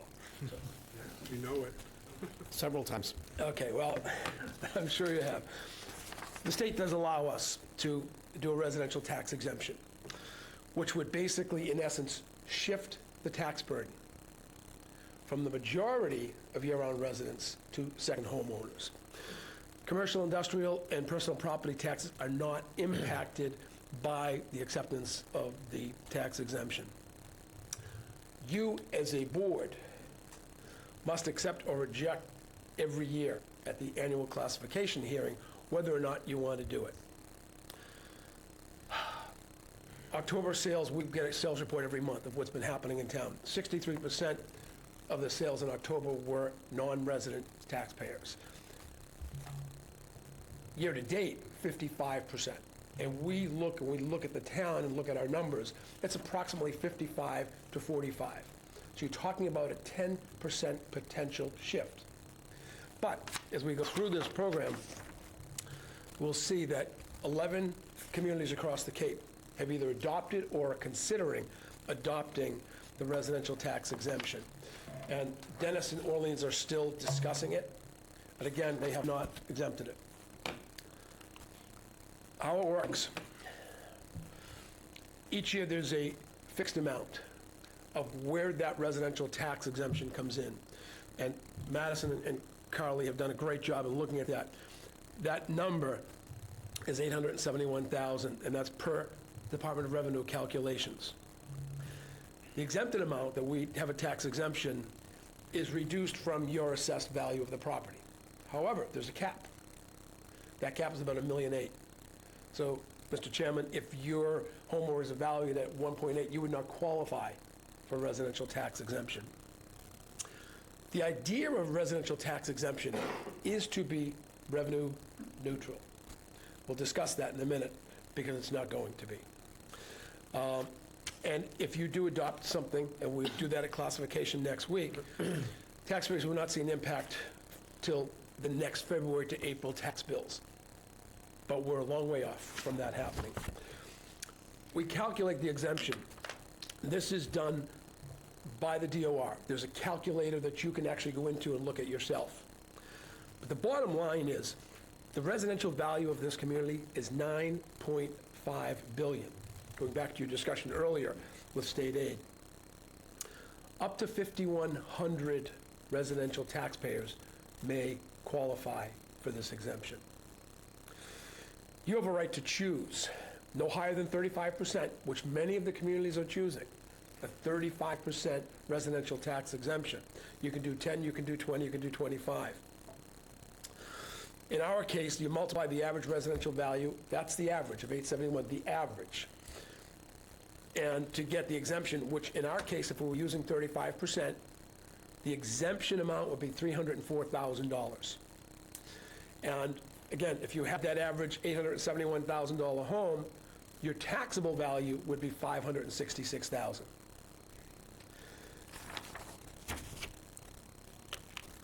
this is tough to read off of the screen. But bottom line, calculating, moving forward, the 35% residential tax exemption, tax rate would normally be, if you were voting no residential tax exemption, the tax rate would be $5.91.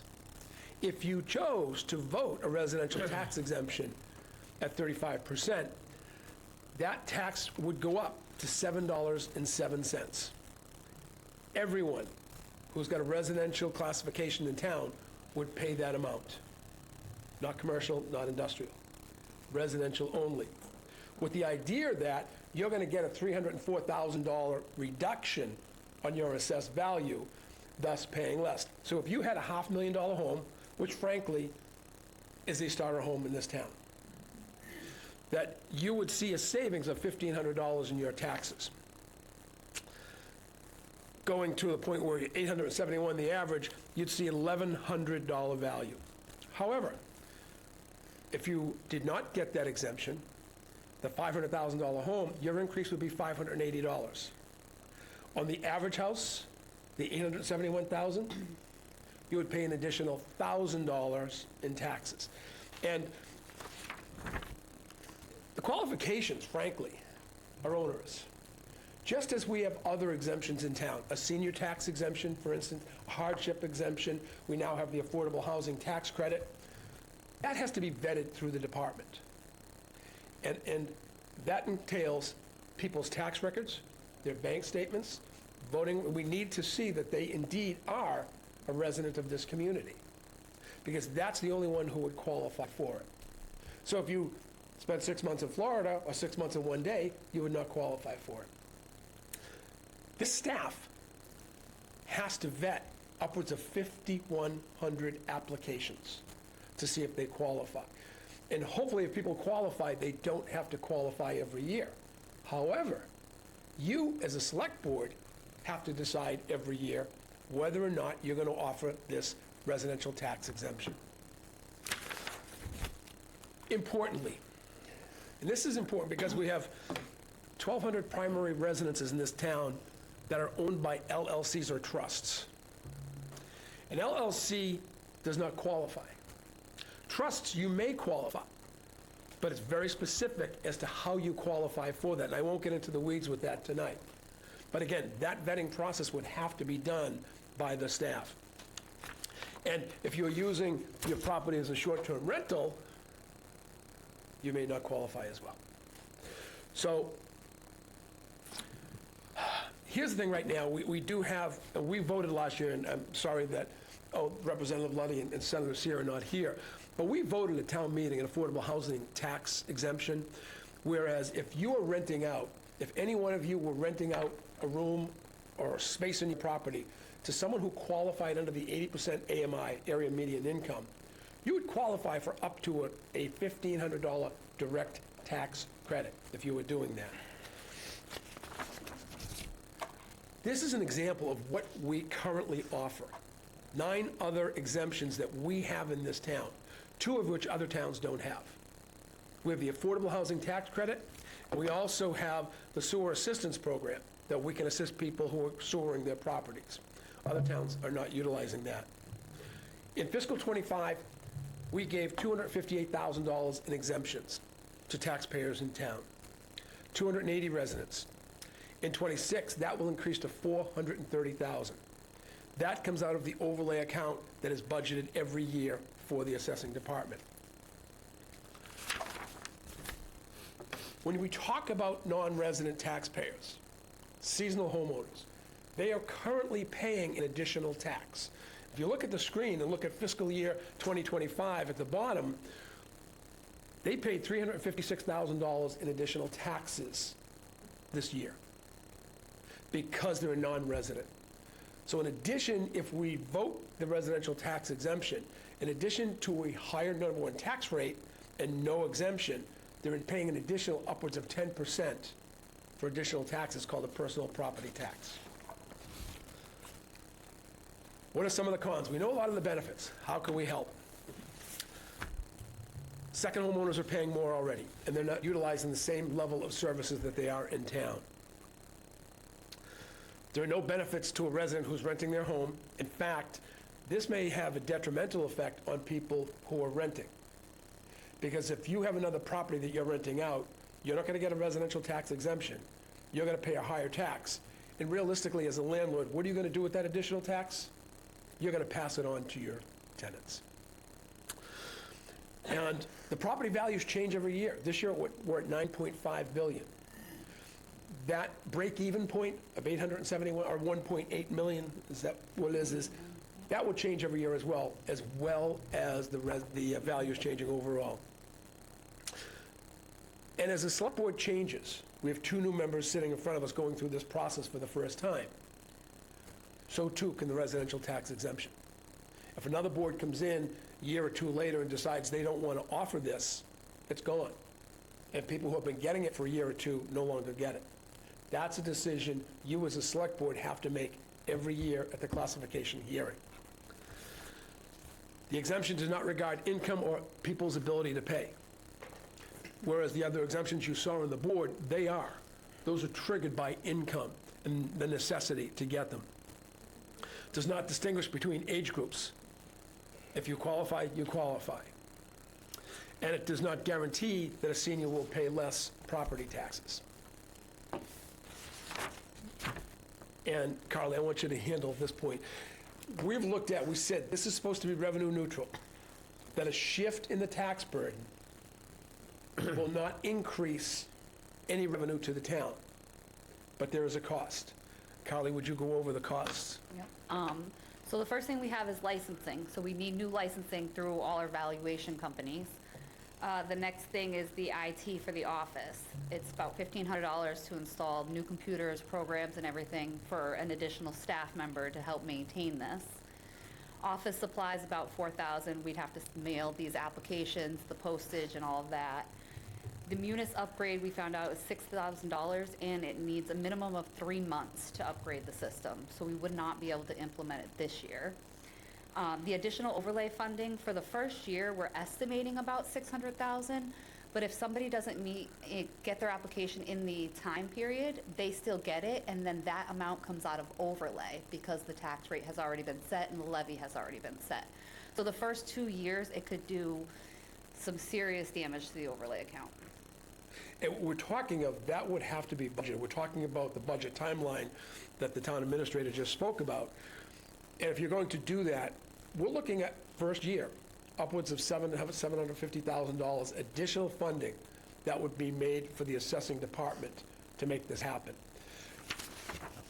I'm not sure everybody understands overlay, so I'm going to intercede here for a second. Sure, go right ahead. Where would that money come from? Just bluntly.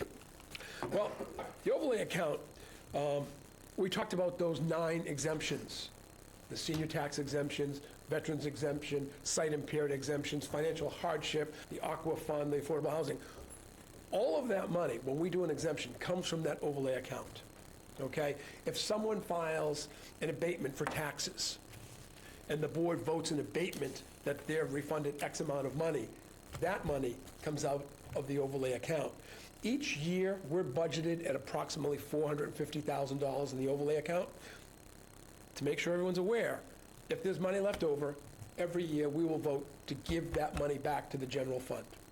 However, this year, because we got rid of so many miscellaneous parcels, we're looking for an increase from $450,000 to $650,000 this year, because we're cleaning up the basically records, the assessing records of the town. So the overlay account is there. We're funded at about $450,000 each year.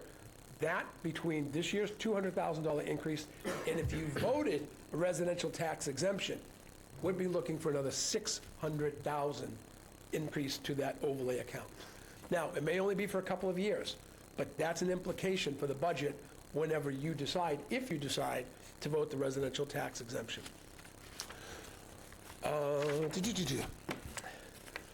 If you're going to consider doing this, we need a timeline to make it happen.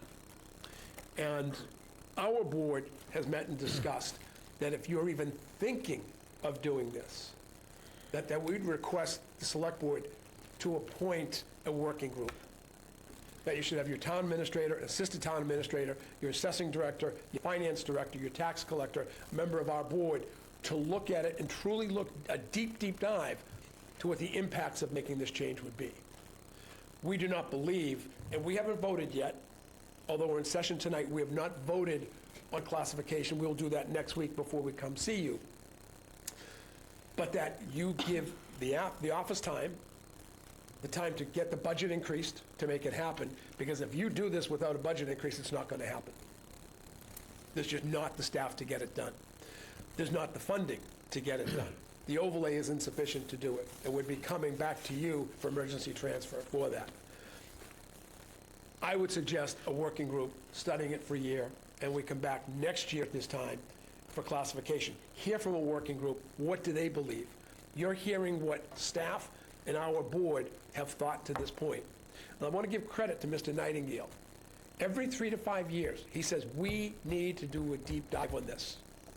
People are talking about it, but they don't understand the complexity. The bottom line is, not every year-round resident will get this. You have to apply for it. And if you don't apply for it, you don't get it. And again, if you're over that limit of $1.8 million, you're not getting it either. So there are a number of people who may not qualify. If you would have trust, if your house is in an LLC, you're not going to get it. So you're going to give basically a major change to the function for approximately 10% difference. We're looking at 55% non-resident, 45% resident in this community as of right now. We've done both a 10 and a 20% change as well. The impact would be a little bit less if you went less, but we're seeing across the Cape that most of the communities are coming in at that 30 to 35%. Tonight is strictly a presentation only.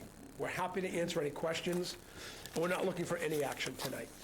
Next week, when we're before you, especially to our new members, to prepare you for that discussion of classification. We'll be looking for a lot of action next week. But we wanted to do it. It's been talked about. It's been out there on social media. People are saying, we should get, what can we do to help our residents? So this is a discussion, and at this point, I would open up to any of the questions, Mr. Chairman, from your board on this particular situation. Pete? No, I really don't. The presentation was comprehensive. I appreciate the detail. Question, kind of, you brought it up, Richard, but really not about the presentation. The 65, 40, 35 sales, 55, 45 sales? That's just sales of this year, but overall, that's year-to-date. We're seeing an increase in non-Cape residents purchasing properties. 65% of the sales this year in Harwich, which we track every sale that occurs, 65% this year have been to off-Cape buyers. So can I ask the follow-up to that, though? So were the homes that they were purchasing year-round residents, or it could have been a second? Correct. A home to somebody else? Well, their mailing address is off Cape, so they can relocate there, but as of the time they bought it, they were a non-resident.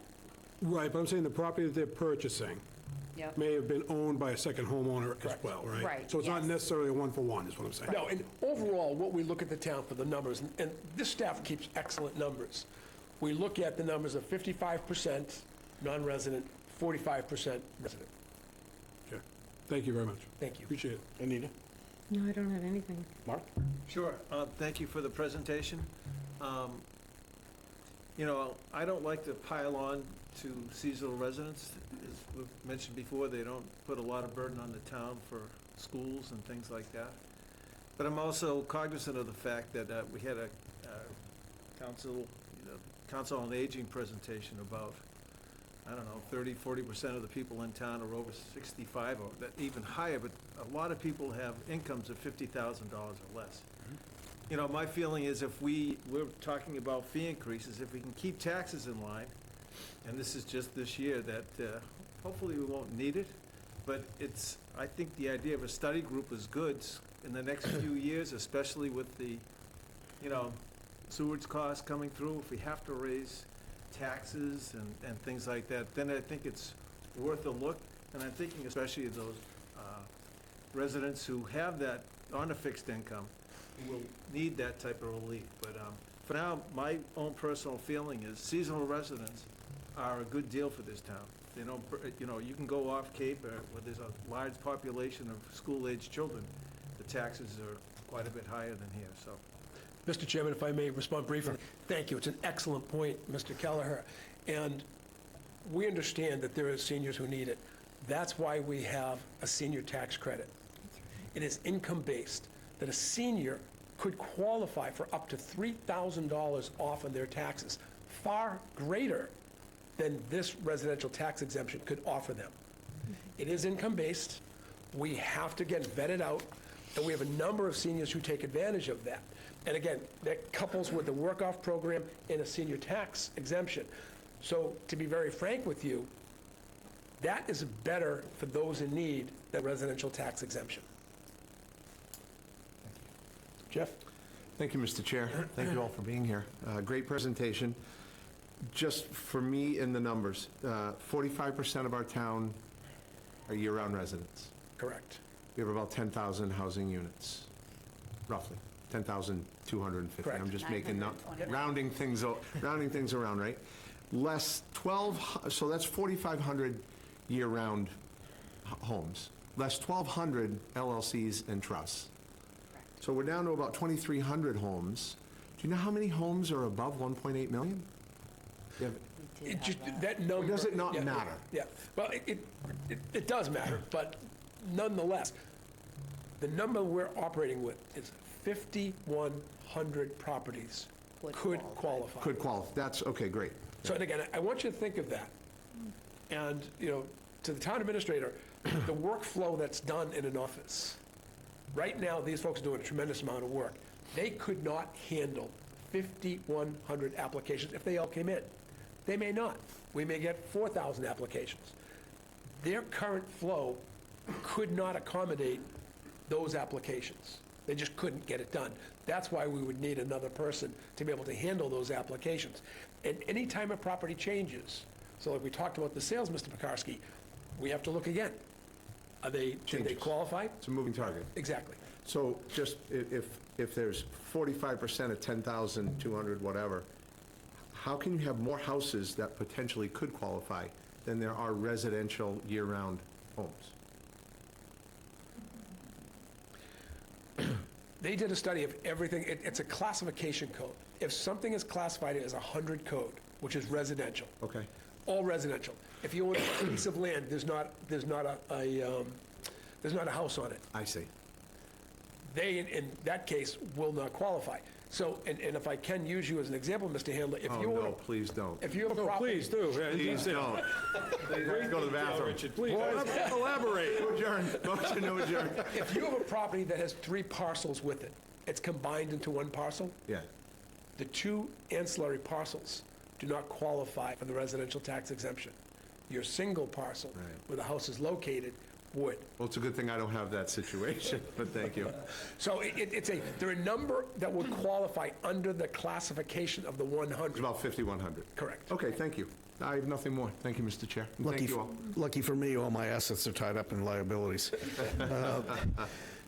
I had nothing to say other than I invited you here for just this reason, as you pointed out, just for having the presentation in advance of the real action next week. I appreciate you guys being here. Well, we thank you for inviting us, and, it's a good, and I thank Mr. Nightingale and Mr. Kavanaugh for being here, because we discuss it at length. It's out there, people are talking about it. We want the town to know that we, as a board of assessors, have thought of it, that you, as a select board, have not only thought of it, but you have discussed the potential of a residential tax exemption. So thank you very much, and I commend our staff for the work they've done. Thank you. Thank you very much. Thanks. Oh, it's way down there, too. We still have Lincoln here, right? Yes, he's still here. He hasn't used the back door.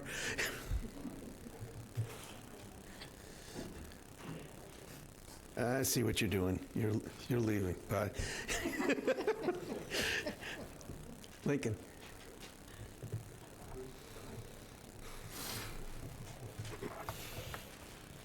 Good evening, Mr. Chair. Link Hooper, DPW Director. I'm before you this evening to request your consideration in a raise of disposal area fees. I can make this quick or go through everything that's in your packet. What's in your packet's a memo from me with a recommendation, a spreadsheet that captures all of the known expenses to run the disposal area, all direct expenses such as tip fees, trucking, fuel, and such, indirect expenses such as fringe benefits and contributions that other DPW members make, such as vehicle maintenance, administration, and such. All of that is captured on that one spreadsheet. There's also a spreadsheet in there with what the surrounding communities charge for their fee structures in there, and some revenue.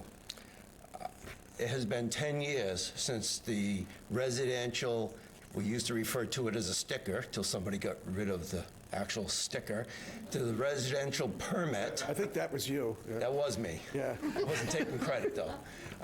The residential permit has not been increased since 2015, when it was moved to $160.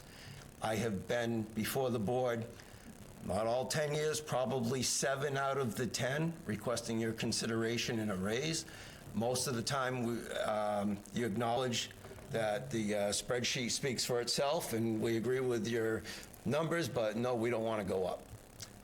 Right here, I am recommending the cost of the residential sticker came out to be $216 to accurately reflect the expenses associated with providing residential solid waste and recycling services. It has been since July of 2015 since we increased that cost, and at the same period, the town's expenses has gone up 85%. If I repeat that, town's expenses, providing those services, has gone up 85%, while we've maintained 160. The only other thing that appeared out of line was that of what we charge for tires. We currently charge $3. They're between 5 or 10 for us to dispose of. But we make it up on volume, right? Pardon me? Never mind. Go on. Hear that one. Just about all the other items that we charge for are charging. Are based on our cost of disposal, whether that's we truck them somewhere when we throw in our labor, or a vendor comes and picks them up. So the only 2 items I'm before you requesting your consideration is the residential sticker. I'm recommending 20, not the 36 that the math showed. 40, I'm sorry. I am recommending $40, not the $56 it's actually there. I thought a $40 increase might be palatable. Just before we get the discussion going, I'm not looking for palatable as much as for rationale. So we have contracts where for everybody who just figures that the Pixie Elves take away their garbage and they have no idea where it goes. We have contracts for solid waste, and what's been happening with that? So over the same period. Yeah, during the same period, solid waste. I don't even know how to frame this. In 2014, the town was paying $37.51 per ton for disposal of MSW, municipal solid waste. That went from that $37.51 to $60 a ton, and we briefly for 5 years signed a contract with New Bedford Waste Services rather than Covanta, the waste-to-energy plant. During that course, we ended up going to Covanta anyhow, but the vendor kept his price. Currently, we are paying $112 and change. But the town's tip rate for us to dispose of our MSW costs. So if we go back to 2014, it was $37.51. Today, it's $112. So it's about 3 times as much. Yes, sir. In addition to that, we just closed out contracts. Do they get negotiated at a lower rate than what we're currently paying?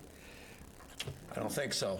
Okay, well, I'm just trying to paint a picture. There's a rationale for why we have to look at some of these things, because we're carrying costs from 10 years ago, but we're paying out fees from now. And it would be unfortunate if we decide to focus that on overall tax base, taxpayers, rather than the people who are using the service itself. I mean, there is no restriction once you get a sticker. Also, let me point that out for newer people who have moved in. You get a sticker for year-round, how long can you use it for? A year, Every day, Every day. except for three. 362 days per year, to be accurate. And I know we've been down this road, but people need to hear it again. If we closed one day a week, that's going to close the whole gap and everything's fine? No, sir. Most of the businesses that we haul to, and the town of Harwich does all its own trucking internally, are Monday through Friday operations, with Cavanta being a 6-day-a-week operation. If we were to close, we would still have to truck during those days. So there really isn't a benefit. I've done that math multiple times throughout the years. I probably could give you 3 or 4 memos with supporting data that I've written in the past on that very subject. With the board's approval, I'd like to be able to put this into a public hearing phase so that we can hear from the public. There isn't much more we can do tonight other than lay out what the facts are. So is everybody on the board okay with that? I'm fine. I got a couple questions before we move on. however. Sure, that's fine. Yeah. Link, with your indulgence, report speaks for itself. Thanks a lot. Welcome. I want to go to your expense page. It looks to me as if residential sticker service comes at a total expense of a little over $1.4 million. Fee-based commercial services come in a little over 2.5 for a total just under $4 million. Is that correct?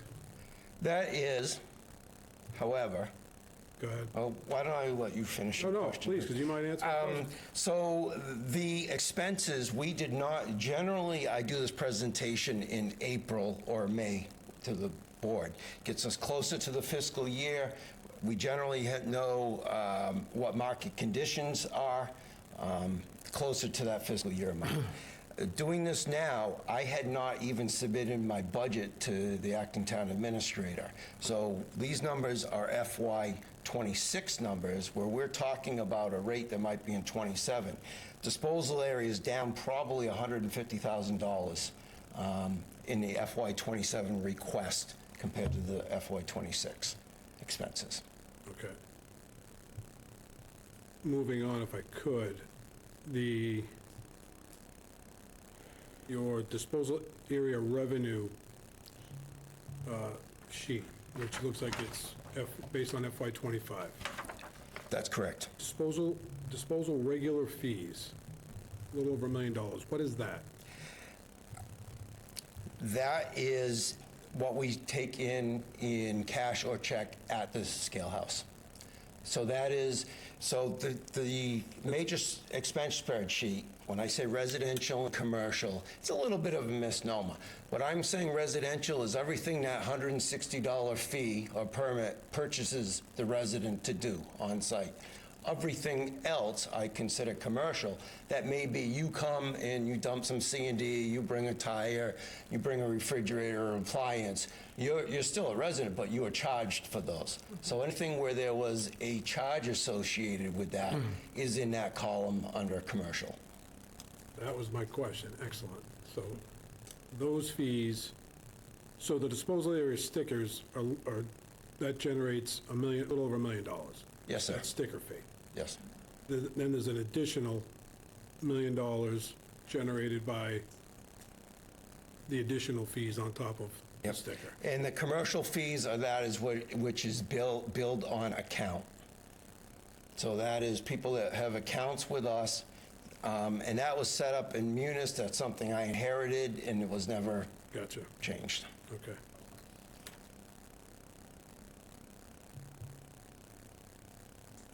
All right, more for me to process, so thank you for that information. I appreciate it. Welcome. Anita, you have any? Hi, Lincoln. I just have one question, and I apologize if I missed it, but for your second sticker, because I know sometimes 2 people in a household, one would pay the regular fee. It says here it's $25. Is that going to go up, or will that stay the same? That seemed to be in line with most other towns besides the town of Yarmouth. I wasn't planning on recommending an increase on that. That's what I thought, but I just wanted to make that clear, because I was looking at your spreadsheet here, but I just wanted to ask that question. Thank you very much. Yeah, Link, thank you. Great presentation. Residential rates haven't gone up in 8 years. What about the trash? 10 years. 10 years, I'm sorry. Close, okay. What about the commercial trash haulers? Have their rates gone up? They did. We did an increase a year ago, a little better ago. It might have been a year and a half. Was it 2 years ago? Right around there, yeah. Yes, and those increases at the time were a little more than what I thought market could absorb. It's back more or less in line now. So I'm not recommending moving any of those rates. Jeff? Thank you, Mr. Chair. Thank you, Link. You had mentioned, you answered half my question already. There is, for C&D, there's accounts, charge accounts, essentially, that you inherited, you had mentioned? House accounts? You can, most of our commercial people, and by commercial, I'm not necessarily saying the large, big guys. This is more the small builders. Sure. And so forth. And we have a couple hundred accounts. Okay. Are they all current or any in arrears? Oh, there's always some in arrears when you have a couple hundred. How well are we doing? I don't know. I know the auditors request that, I believe, every August or so, and we provide that data. Okay. Well, an aging report, essentially, is what. And that comes right out of our software, WasteWorks, at the Scale House. Okay, great. Thank you. That's all for me. But just to be clear, you're not forbearing that. If somebody doesn't pay you, that's not like waived. No, sir. And we have a policy, anything over 30, your charge privileges are revoked, and then over 90, we start some collection efforts. Excellent. Thank you, Don. Okay, so we'll be putting this on for public hearing. It takes time to publish it, so just so you know, you'll be back. Thank you. But you're also back now, because you have to talk about the private rates. You know, I should have played the lottery, I think. You still would have had to be here. Mr. Chair, before you move on, and I'm fine with it, but this wouldn't go into effect regardless until July 1, correct? Yes, sir. For next year. Yeah. Yes, sir. Next fiscal year. You have plenty of time, but I just Right, wanted to yeah. make sure that the Agreed. public had plenty of time to ponder Agreed, this, yeah. too. Planning. Oh, no, agreed. Of more concern, since we probably are going to get at least one snowstorm this year. Go on. That was my enthusiasm for snow and ice. I'm before you now to request your consideration in raising our private plow contractors rate. There's several different categories. It appears we are about $10 per category lower than that of our surrounding communities. There should be a memo from me with and a spreadsheet with the data from our surrounding communities on what they charge. I believe when we make the initial calls to the contractors, the first thing out of their mouth usually is, what's the rate going to be? How much are you going up by? I did not recommend a rate increase last year because we had a very significant rate increase 2 years ago. We instituted a bonus system of $1,500. I did not last year because the price of fuel had come down. The price of fuel had come down now. Essentially, this is a scarcity problem in that we get so little snow, contractors are not really willing to tie up their vehicles and to have the insurance required to work for the municipality, along with the cost of plow and consumables with that. So there's a lot of contractors just simply getting out of the business, and all the towns, along with Mass DOT, are competing for scarcity, for scarce resources. So I was not here last year recommending an increase. I am $10 per category across the board would bring us in line with the average of what the surrounding communities are paying. You can't go too far on a state highway without seeing some sort of message board. Even the state is recruiting anybody who's on the roadways. You will probably see one from Harwich as soon as I obtain a vote from the board. How are you paying for that? We- Pete, comments?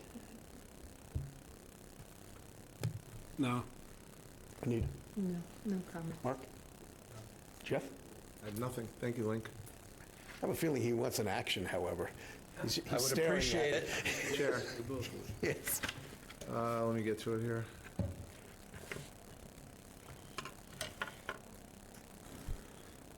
You said it's a $10 increase. Yes, sir. Mr. Chair, I move that we accept the DPW Director's request to increase the plow rates by $10 per hour. Per category. Per Category. Thank you. I'll second that. It's moved and seconded. Any further discussion? Hearing none, all in favor? Aye. Any opposed? It's unanimous. Thank you. Thanks, Lee. Fast enough, Link? Yes, sir. All right. You're still not done. I'm still standing here. Yeah, I noticed. Good night. And the Conservation Trust noticed you're still standing there, so we're going to try to move along here. Want to plow? I have a feeling that's not why they're here.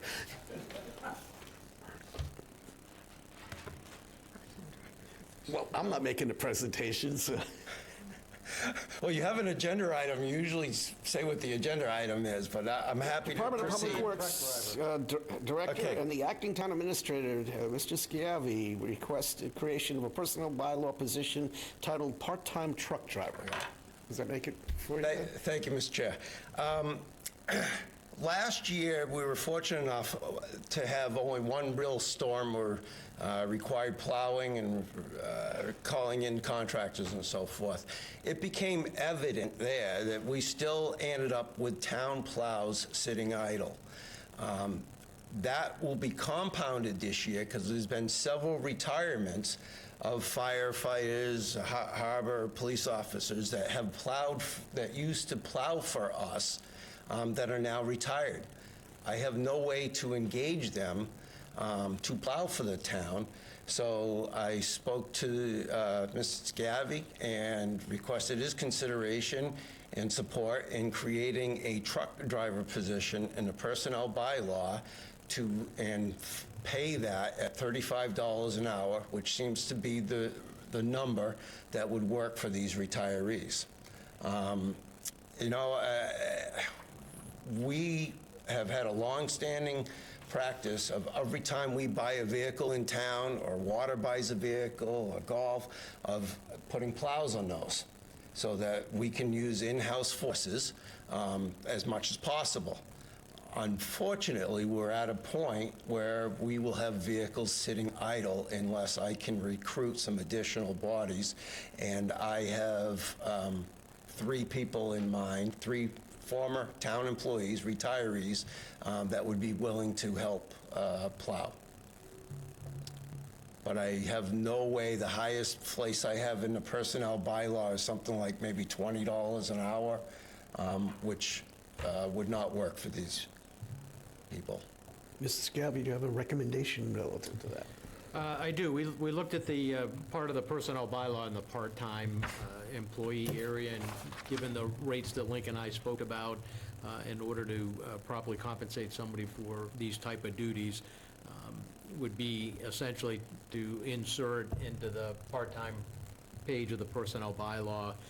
I looked at just the overall hourly rates, so it would be just above PT 7. And so we would create a line, basically calling it PT 7A, as a part-time truck driver with one step at $35 an hour. I think the other part of this, to have somebody in a town vehicle plowing for insurance purposes, needs to be a town employee, right? Yes. So we wouldn't be able to hire put a civilian, straight up in one of our vehicles. So this gives us the best opportunity to manage in-house resources and make sure we don't have equipment and vehicles sitting idle to plow. And again, we may have to go out and hire additional contractors at a higher amount. to do the same job. So, I mean, there's a benefit there, too, in terms of cost, control. They work for us. We have a little bit better handle on that. And then if we need to supplement beyond that, that's where the private plow contractors can fit into the mix. But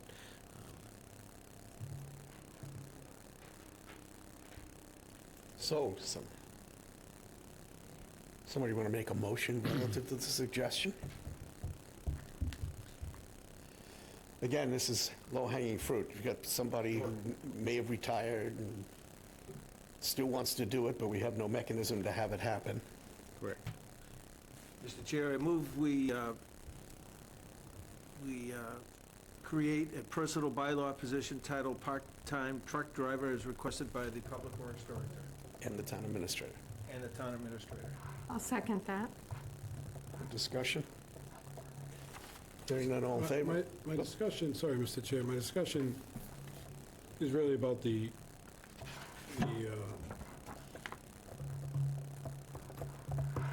graph, right? So how do we, is there another way to, Plug them in. yeah, and obviously I know Tony and Link have gone through the exercise, but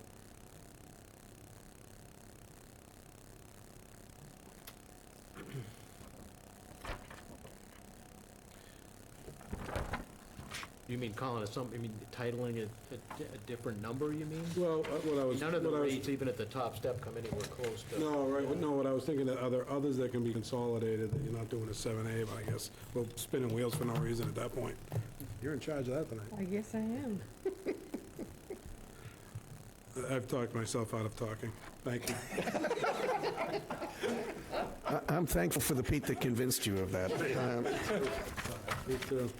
Yes. Link, if they're retired town employees, are they still considered town employees for insurance reasons? No, they are not, but the three people I have in mind have plowed for us extensively throughout the years, and they've just retired, so I've had no way to bring them back aboard. And this would rectify that. Okay, so the motion is to insert this into the personnel bylaw. Yes, So, PP7A. yes. All in favor? Aye. Aye. Well, jet lag. Any opposed? It's unanimous. Thank you. Thank you. It was a lot of fun. You can go home, but make sure we know where your whereabouts are. Thank you. Have a good one. This is an exciting agenda item. No, I'm serious about this. Michael Locke. He has to have this presentation while he was walking along on the newly rewilded bog up by Headwaters. So for those people who aren't following everything, we are way out in front of a lot of other towns in how we care about our open space, and this is an additional ask to see if we can rationally control properties that we already have within the town's inventory. So with that, hand it over to you. Thank you, Mr. Chair, Select Board members, Town Administration. Michael Locke, Executive Director of the Harwich Conservation Trust. You know, first I just want to say, witnessing the range of issues over the past 2 hours in this season of giving thanks, thank you for your volunteer time and that of the hardworking volunteer members on the various town boards and the staff for the range of issues that you manage on behalf of the citizens and the visitors to Harwich. It's a lot. Before you go on, we want to thank the Real Estate and Open Space Committee, because there's a lot more time that goes into this on their end than what's going on tonight. So Thank you for that good segue. Joining in support of the proposal to be presented to you this evening is Dave Callahan, Chair of the Town's Real Estate and Open Space Committee. Margot Fenn, a member of the Real Estate and Open Space Committee. She is also a member of the committee that has been updating the town's open space and recreation plan, and the committee that's updating the local comprehensive plan. you probably want to introduce your own board chair. That's next. Boy, you step ahead of me each time. Tom Evans, our president of the Board of Trustees of Harwich Conservation Trust, and joining remotely is Mark Robinson, Executive Director of the Compactive Cape Cod Conservation Trust, a regional land trust service center that provides technical assistance to local land trusts and towns across the Cape and southeastern Mass in matters of open space protection. So thank you for the opportunity to present on an initiative to transfer selected town-owned parcels having high natural resource protection and other conservation importance from the care and custody of the Select Board to the Town of Harwich Conservation Commission or the Water Department, depending on the specific parcel. The goal of this partnership between Harwich Conservation Trust and the Town Real Estate and Open Space Committee is to take a proactive step that will ensure that existing town-owned parcels of conservation value, water protection value, are appropriately protected and managed long-term to support the viability of natural resources that are so important to the town of Harwich. At the time, most of the parcels that you'll hear about and that appear on the maps in your packet, at the time most of those parcels were acquired by the town, less was known about the importance of water supply recharge and wetland habitat sensitivity, and the parcels were automatically placed in the custody of the Select Board. In one sense, this proposal is a housekeeping exercise of placing parcels in more appropriate management custody of town departments experienced with natural resource stewardship. So these selected parcels are considered to be important because they facilitate public water supply recharge, pond or marine watershed recharge, habitat health, resilience to climate change, and other community values. Most of these parcels are landlocked and have no road access. Many of them have wetlands on them. Placing the management responsibility of these parcels with the Water Department or the Conservation Commission is important for protecting the public drinking water supply and many other conservation values. Doing so will help safeguard against potential future pollutants that could otherwise contaminate groundwater. Town Real Estate and Open Space Committee has completed an initial review of the parcels and is scheduled to take its formal vote on November 21st. Harwich Conservation Trust felt it important to present this evening out of respect for your November 24th draft warrant article deadline, because it is our hope that you, the Select Board, will sponsor an article for May town meeting voter consideration. We're happy to draft an article for your review and town council review.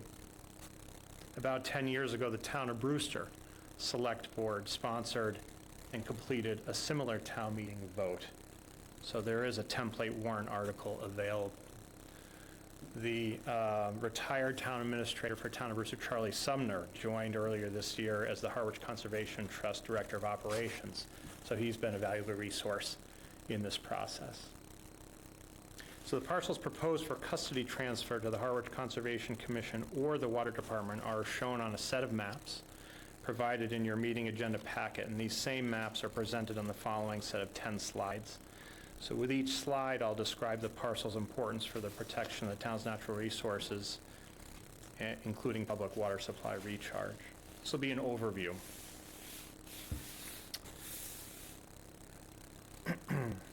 So beginning on this slide, where we see to orient ourselves is on the right-hand side of the slide, Route 124 running north-south, and of course we know the Cape Cod Rail Trail paralleling Route 124. We have the three major river herring spawning ponds: Long Pond, Seymour Pond, Hinckley's Pond, and of course Herring River flowing from Hinckley's Pond south in Nantucket Sound. Off to the left or west part of this slide is a long rectangular, approximately 19-acre parcel that is proposed for transfer to custody of the Water Department, also called the Board of Water Wastewater Commissioners. This parcel is within the zone of contribution, or the wellfield recharge area, to active town well. It's adjacent to town Water Department land, and it's surrounded by conservation land, including on the north bordering Brewster's Punkhorn Park lands. As an aside, the Water Department, or Board of Water Wastewater Commissioners, and the Conservation Commission have each voted in favor of receiving transfer and custody of the parcels that you're learning about tonight. Other parcels on this slide include off to the right or east side of Hinckley's Pond, bracketing the Cape Cod Rail Trail, including some frontage on Route 124. The rectangular property, comprised of about 8 acres, is in turn comprised of about 4 different parcels. It's mostly wooded wetland, overgrown bog. That's immediately north of and adjacent to the Harwich Conservation Trust recently completed Hinckley's Pond, Herring River Headwaters Eco Restoration. You mentioned that at the outset of this agenda item, and the new mile-long All-Persons Trail, which also has a pond overlook. The long, narrow parcel is essentially opposite Pizza Shark. It's on the west side of the rail trail, steep vegetated bank, essentially running down to Hinckley's Pond. Those 2 parcels are suggested for transfer custody to the Conservation Commission. Moving on to the next slide.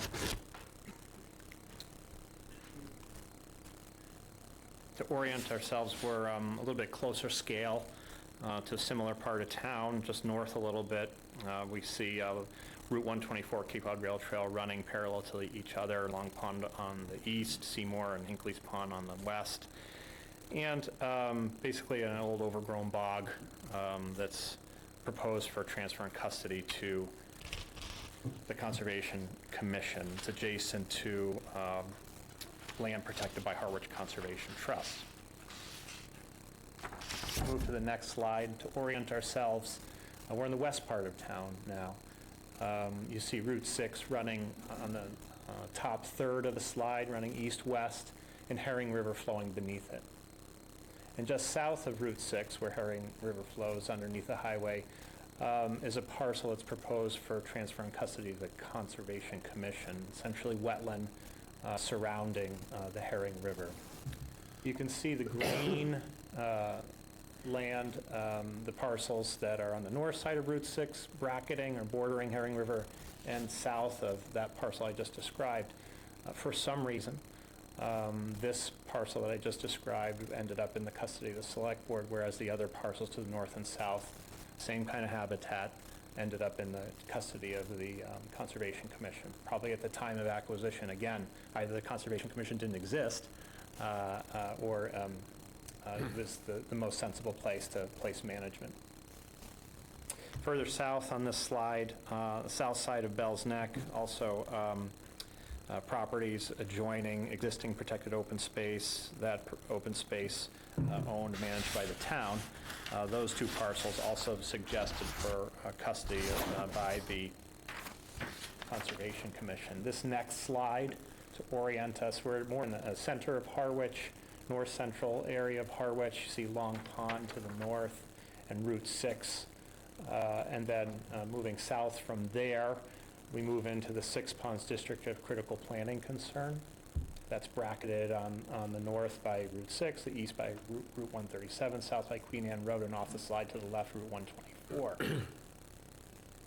The area that you see in green surrounding those 2 properties that are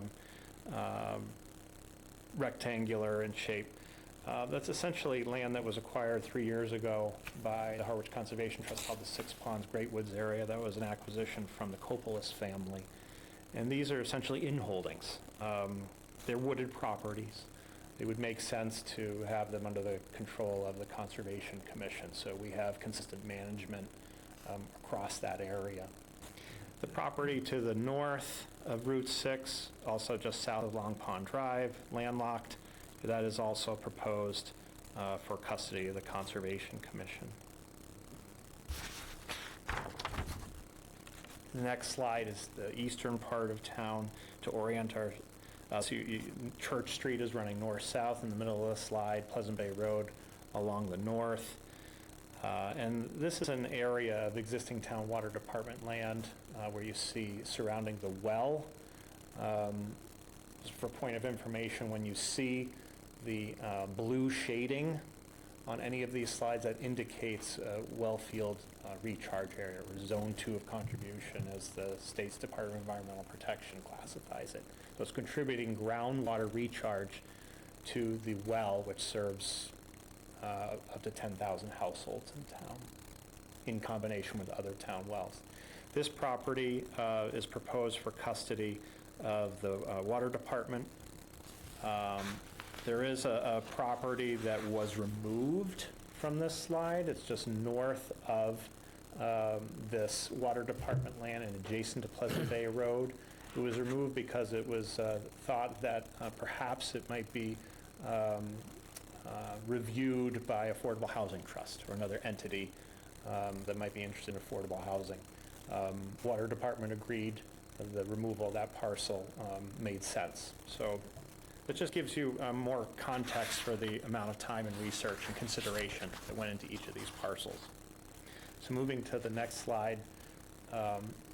This is in the Forest Street area. That's the road you see roughly bisecting the slide. Grassy Pond, which is the surface water, one of the surface water contributions to Cold Brook that flows to Saquatucket Harbor on Nantucket Sound.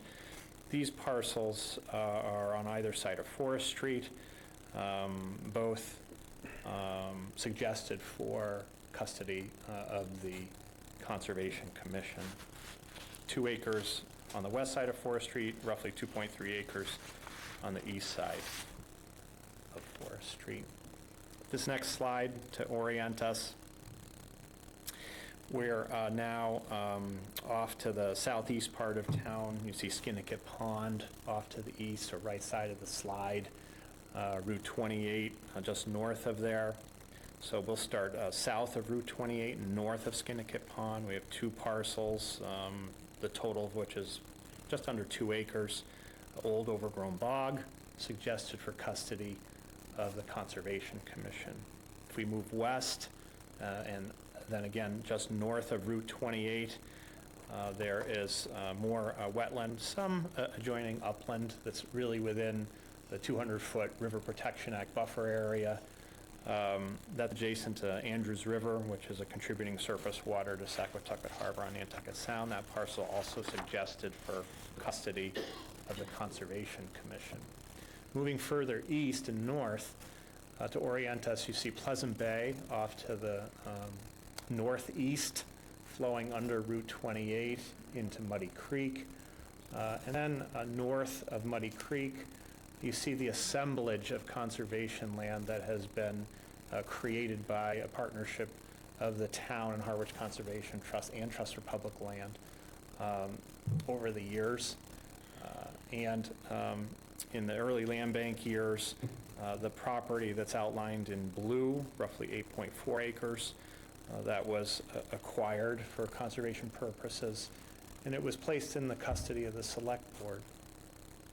The Water Department agrees that this makes sense for their custody given its proximity to the 4 wells there shown.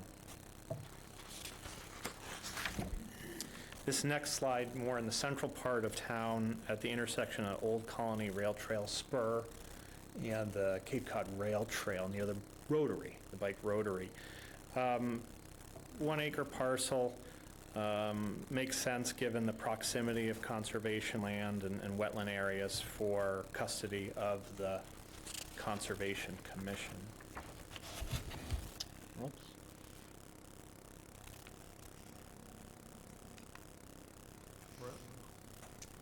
There we go. Sorry about that. I have one more slide that I'm trying to access. Matt, is that possible to find it? There you go. Thank you so much. It's great to have a tech wizard on the town team. So this is the last slide. There's a number of parcels to review here on this slide. To orient us, on the right or east part of the slide is Depot Road. To the right of that, mostly off of the frame, is Town Forest. And south of there, off the frame also, you reach the Old Colony Rail Trail Spur, some town water department land with wells. If you move west or left on this slide from Depot Street, you encounter some town parcels that are under the custody of the Select Board, various parcels suggested for custody by the Conservation Commission, as you've seen throughout the slides, the parcels outlined in green, and then the parcels outlined in blue further to the southwest that are closer to the wells that are just off the frame to the south. Those two parcels proposed for custody by the Water Department. What's important about this area is that it's entirely within the wellfield recharge area. You can see the shade of blue across the entire frame here. So it's important for a wellfield recharge area to the town's municipal wells. It's also important from a number of habitat sensitivity standpoints, state-designated habitat layers, according to the state's mass mapper system, GIS system for mapping conservation values. And with the recent acquisition of that roughly 1.5 acre property just south of Rushy Pond, it's labeled HCT. That was acquired by HCT just last year. With that acquisition, it creates a habitat bridge, if you will, with the town property to the north and the town properties to the south, which is suggested here in this slide for custody of the Conservation Commission. At some point, could there be a trail system in here? Perhaps. So that's something to keep in mind. It's not something we're suggesting right now, but looking at the context and the contiguity of these parcels, perhaps that's something to consider in the future. There's also a parcel that's adjacent to Depot Road that's suggested for transfer of custody to the Conservation Commission. So that's an overview of the water recharge importance and conservation value importance of these properties that are proposed for transfer and custody to either the Water Department or the Conservation Commission.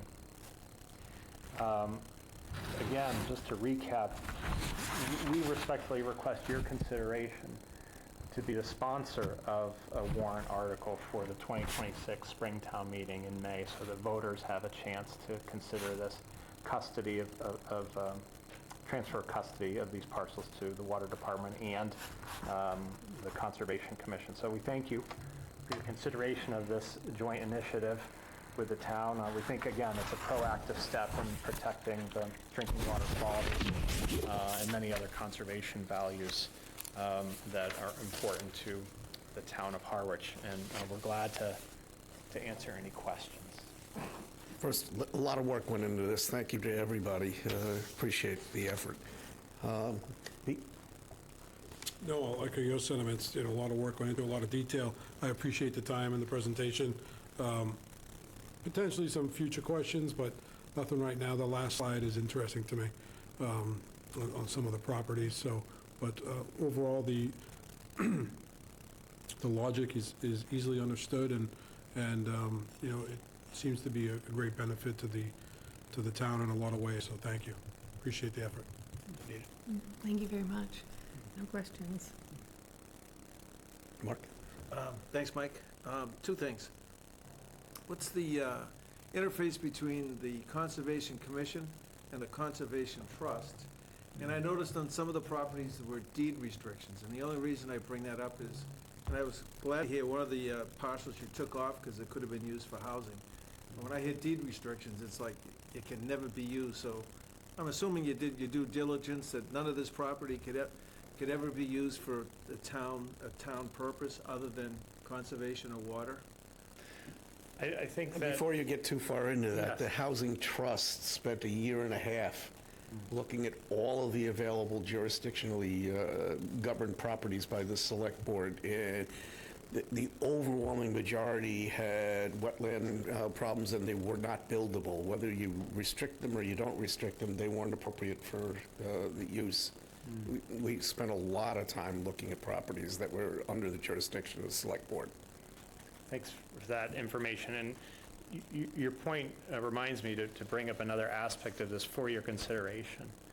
And this was employed in the town of Brewster about 10 years ago when they also facilitated a transfer of custody of selected parcels to either the Water Department in Brewster or the Conservation Commission in Brewster. And that is the Conservation Commission custody parcels also received a conservation restriction held by Brewster Conservation Trust. and that was supported at town meeting. That provides more management support of those conservation properties, getting to your question of how the Town Conservation Department and the nonprofit Harwich Conservation Trust, not affiliated with town government, but we work cooperatively with town government to advance the open space protection goals, the water protection goals, the habitat protection goals, the public access goals of the town. That gave Brewster the added ability to bring in that Brewster Conservation Trust resources to manage those parcels over time. We are proposing also that on the conservation parcels, the parcels proposed for custody transfer from the Select Board to the Town Conservation Commission, that those parcels also receive a conservation restriction held by Harwich Conservation Trust. So that's something that we're following from the Brewster model. It worked there. We're suggesting it here. It's something for your consideration. Jeff? Thank you, Mike. Thank you, all the board members who are here. Excellent presentation. Thorough, as always. And I will add, because you and I have had this conversation for quite some time now, just so everybody understands that that last comment was the most essential part of this, because neither our appointed boards nor us are well suited to bringing a toolbox out and working on anything. And the problem that I always saw with this, if it just ended with the Conservation Commission, you'd have to budget them somehow or give them some staff and direction, for them to be able to maintain it. You folks are in that business and have been for quite some time. If we're going to protect land, this is just my own feeling, if we're going to protect land, it shouldn't be forever or until the Select Board decides to pull it back and build a school on it or something. It's always been a great advantage to the town to have the trust as a partner to assure that we're not going to be seeing some other board in the future petition the general court to take off restrictions and build something somewhere. I know that there's, like I said, it's not all upland, but to the extent that people start getting desperate, they start doing desperate things, and it would be very important to me to understand that there's a partner controlling the actual day-to-day activities out there in conjunction with the ownership being stated over to either Conscom or the Water Department. Because without that, I don't see this working well. Well, to your point, we do have a very productive cooperative arrangement with the Conservation Department on helping to manage these trails and other enhancement activities for these natural resources. So it's been a evolving and growing partnership, and we would continue the same. So we can talk about this being as a placeholder for a warrant, but I hope that you can come up with some language in the meantime that fleshes it out. And you'd like to receive that by November 24th, is that right? Well, that's for the department heads, right? So that's not a... You have more time on Yeah. that. Okay. Not a lot, but a little. 25th. Well, we'll respond, and we'll provide you with some draft warrant article information for your consideration. Thank you very much for considering. Patrick, if you could make it brief, because I don't want to sleep over. Quick question. Patrick Ott, East Stars. Mike, help me understand why a warrant article on town meeting for resident approval is needed for this? It is because custody has to change, and nobody but town meeting can do that. We can't just vote to change jurisdiction. There's the answer. Okay, thank you. Thank you. Thank you. Thank you. Again, appreciate everybody's effort. Thank you. Thanks, everybody. If you want, you can stay and listen to the rest of the meeting. Thank you all. Sure thing. I move, Mr. Chair, I move we vote to approve a special permit application for Harwich Chamber of Commerce for one-day entertainment for an event to be held on December 5th, 2025, from 5:30 p.m. till 8 p.m. in Harwichport. It's more than just an event, but I need a second. Well, I'll second that. Cindy, if you have a brief comment, otherwise we're probably going to vote in favor of this, so. I will not keep any of you longer than you need to be. You have everything there, and we're just looking forward. And 2.5 weeks to Christmas in Harwich. Oh, good Lord. Oh, wow. All right, it's been moved and seconded to approve the request. All in favor? Aye. Any opposed? It's unanimous. Sorry to keep you up after your bedtime. Good night, all. Yeah, well, don't rub it in. Mr. Chair, I move we approve the following 2026 common victualers license renewals. One, Cape Chill Partners LLC, DBA Dairy Queen Grill and Chill, 441 Route 28. Ember Pizza Incorporated, 600 Route 28. Empiros Holdings LLC, doing business as George's Pizza House, 564 Route 28. Scribanos Incorporated, doing business as Scribanos Italian Market and Deli, 302 Route 28. Number 5, Red River Barbecue LLC, doing business as Red River Barbecue, 787 Route 28. And number 6, Moran Froughton Incorporated, doing business as Lighthouse Cafe, 216 Route 28. Second. It's moved and seconded to approve the 2026 common victuals licenses as presented. Any comments? Hearing none, all in favor? Aye. Any opposed? It's unanimous. Go on. Mr. Chair, I move we approve the following 2026 auto license renewals. Number 1, Basile Brothers, doing business as United Gas, 520 Route 28, Class 2 used car dealer and Class 4 auto repairman. Number 2, Nick and Claudine Enterprises, LLC, doing business as West Harwich Save-On Gas, 4 Route 28, Class 4 auto repairman. And number 3, Dave's Garage, 910 Route 28, Class 4 auto repairman.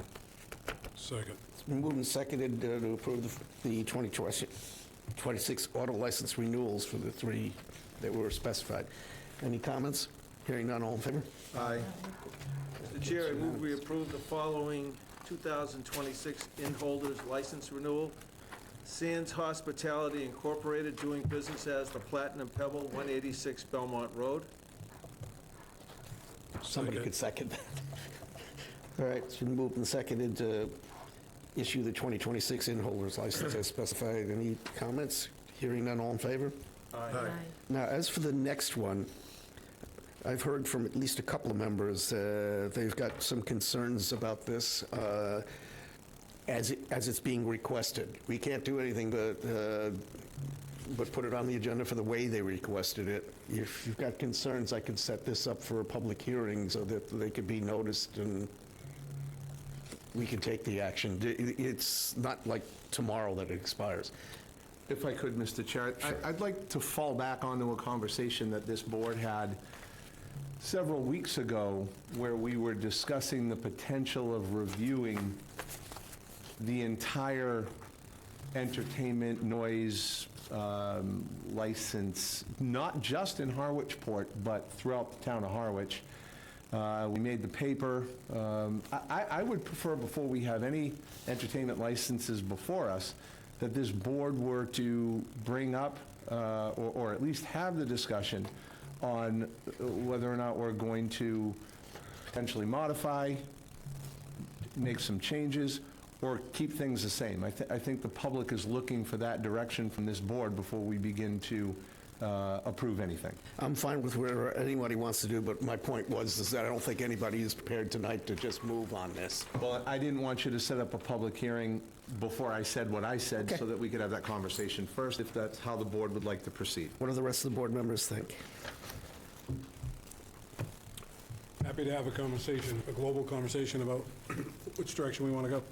Why don't we put that on the agenda first so that it can have the conversation that it deserves, and then we can always do the public hearing after that. Appreciate Yeah, that. just, all these licenses expire on December 31st, so, We still have some time, yeah.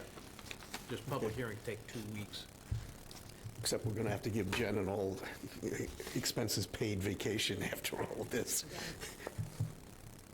Okay, so we'll do that. We'll put that on the agenda, and then hopefully we can come to a conclusion about what we really want to do, and if a hearing's what we want to do, then we'll do that. Thank you, Mr. Chair. Okay. So, review and approve license agreement with Pine Tree Nursery for use of Pleasant Road Beach parking area. So in the packet is a memo from our Conservation Administrator, Amy Zalski. This has happened on this parcel before, so same license agreement, and there hasn't been any issues in terms of its use or, putting it back in the correct condition when it's finished. So the license agreement was reviewed by Town's Council for legal form. Everything appears to be in order. We have the certificate of insurance as well. We recommend approval of this agreement. You're the requester?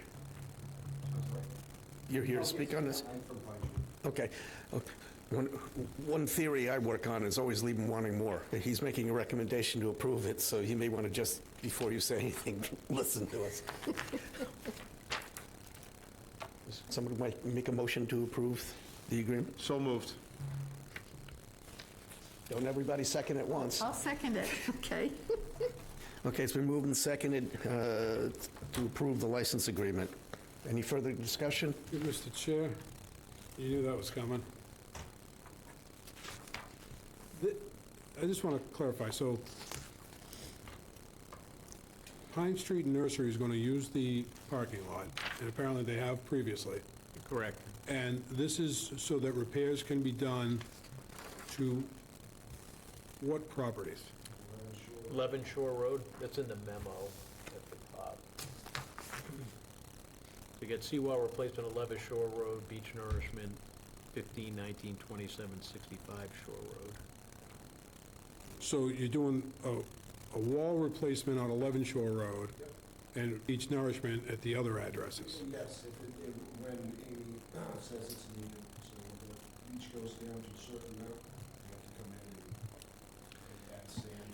There is no other place to stage on Shore Road, that's the other problem. Right, so that's why the extension's out to April, so if there's any storms over the summer, they'll be able to, analyze and decide which areas need replenishment or nourishment. All right, thank you. Question. I know you have to do this. When they dredge, where do you get, is it all sand you truck from off-site? It's not coming from dredging? Yeah, so when we do nourishment, it comes from Carver, Mass. Oh, okay. And that's the finest beach sand preparation deposit there. So we truck it in from there, because we can't use bag sand, it's orange stuff. So we bring all the stuff in Carver, which is approved by the conservation, it's appropriate sand that's costly to get over. So hopefully it's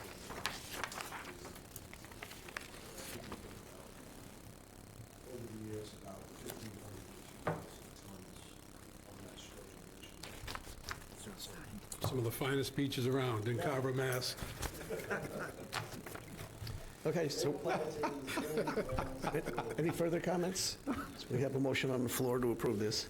Yes, we do. All in favor? Aye. Any opposed? It's unanimous. Thank you. Thanks for waiting so long. That's just you. Okay, moving along, Town Administrator's report. Just two things. I had an excellent meeting with the Finance Committee last week. I attended their meeting for about an hour, answered questions, and talked through some of our preparations for town meeting and some of the things we're doing to bring more transparency and openness in terms of the financial information we're providing, not only to the Select Board, the Finance Committee, but obviously the community. So we look forward to continuing to build that partnership over the next couple months with a lot of important things to present. The only other thing, just back to our earlier conversation this evening on seasonal communities, I actually have a meeting tomorrow to get some information from our housing folks about this, Seasonal Communities Act. So we'll look to partner up with everybody to bring information back to the board about the different opportunities that may come along with participating as a member of that group. And I know I speak for everyone sitting up here. I hope that analysis also includes a quid pro quo so that we can understand what we have to do in order to get the good stuff. Right, well, that's what we want. Yeah, because I'm sure that it comes with some requirements. Oh, you know it does. And like you said, when it came before us before, there were no details at all. which is why we didn't take any action. And so I'll be interested to see what some of the details look like. Yeah, it's new to me, too. Yeah, Yeah. so. Yeah, especially with, I'm real interested, I'm pretty sure everybody else is going to be if they think about this. And it allows undersized lots and tiny homes as part of the whole deal. Where? Is that combined with 40Y and 40R, or is that in addition to, and is it state specified, or we get to choose? There's some real questions here. You do get to choose. Okay, I get it. That's why I'm asking. All right, Select Board report, unless they have questions for the Town Administrator. Member report. Not tonight, 9:13. Well, it's 45 minutes better than last week. Yeah, Anita. No, I don't have anything, thank you. I'm all set, thank you. Jeff? Nothing from me, Mr. Chair. Me neither, so anybody want to make a motion to adjourn? Second. It's been moved and seconded, all in favor? Aye. Aye. Opposed? Great.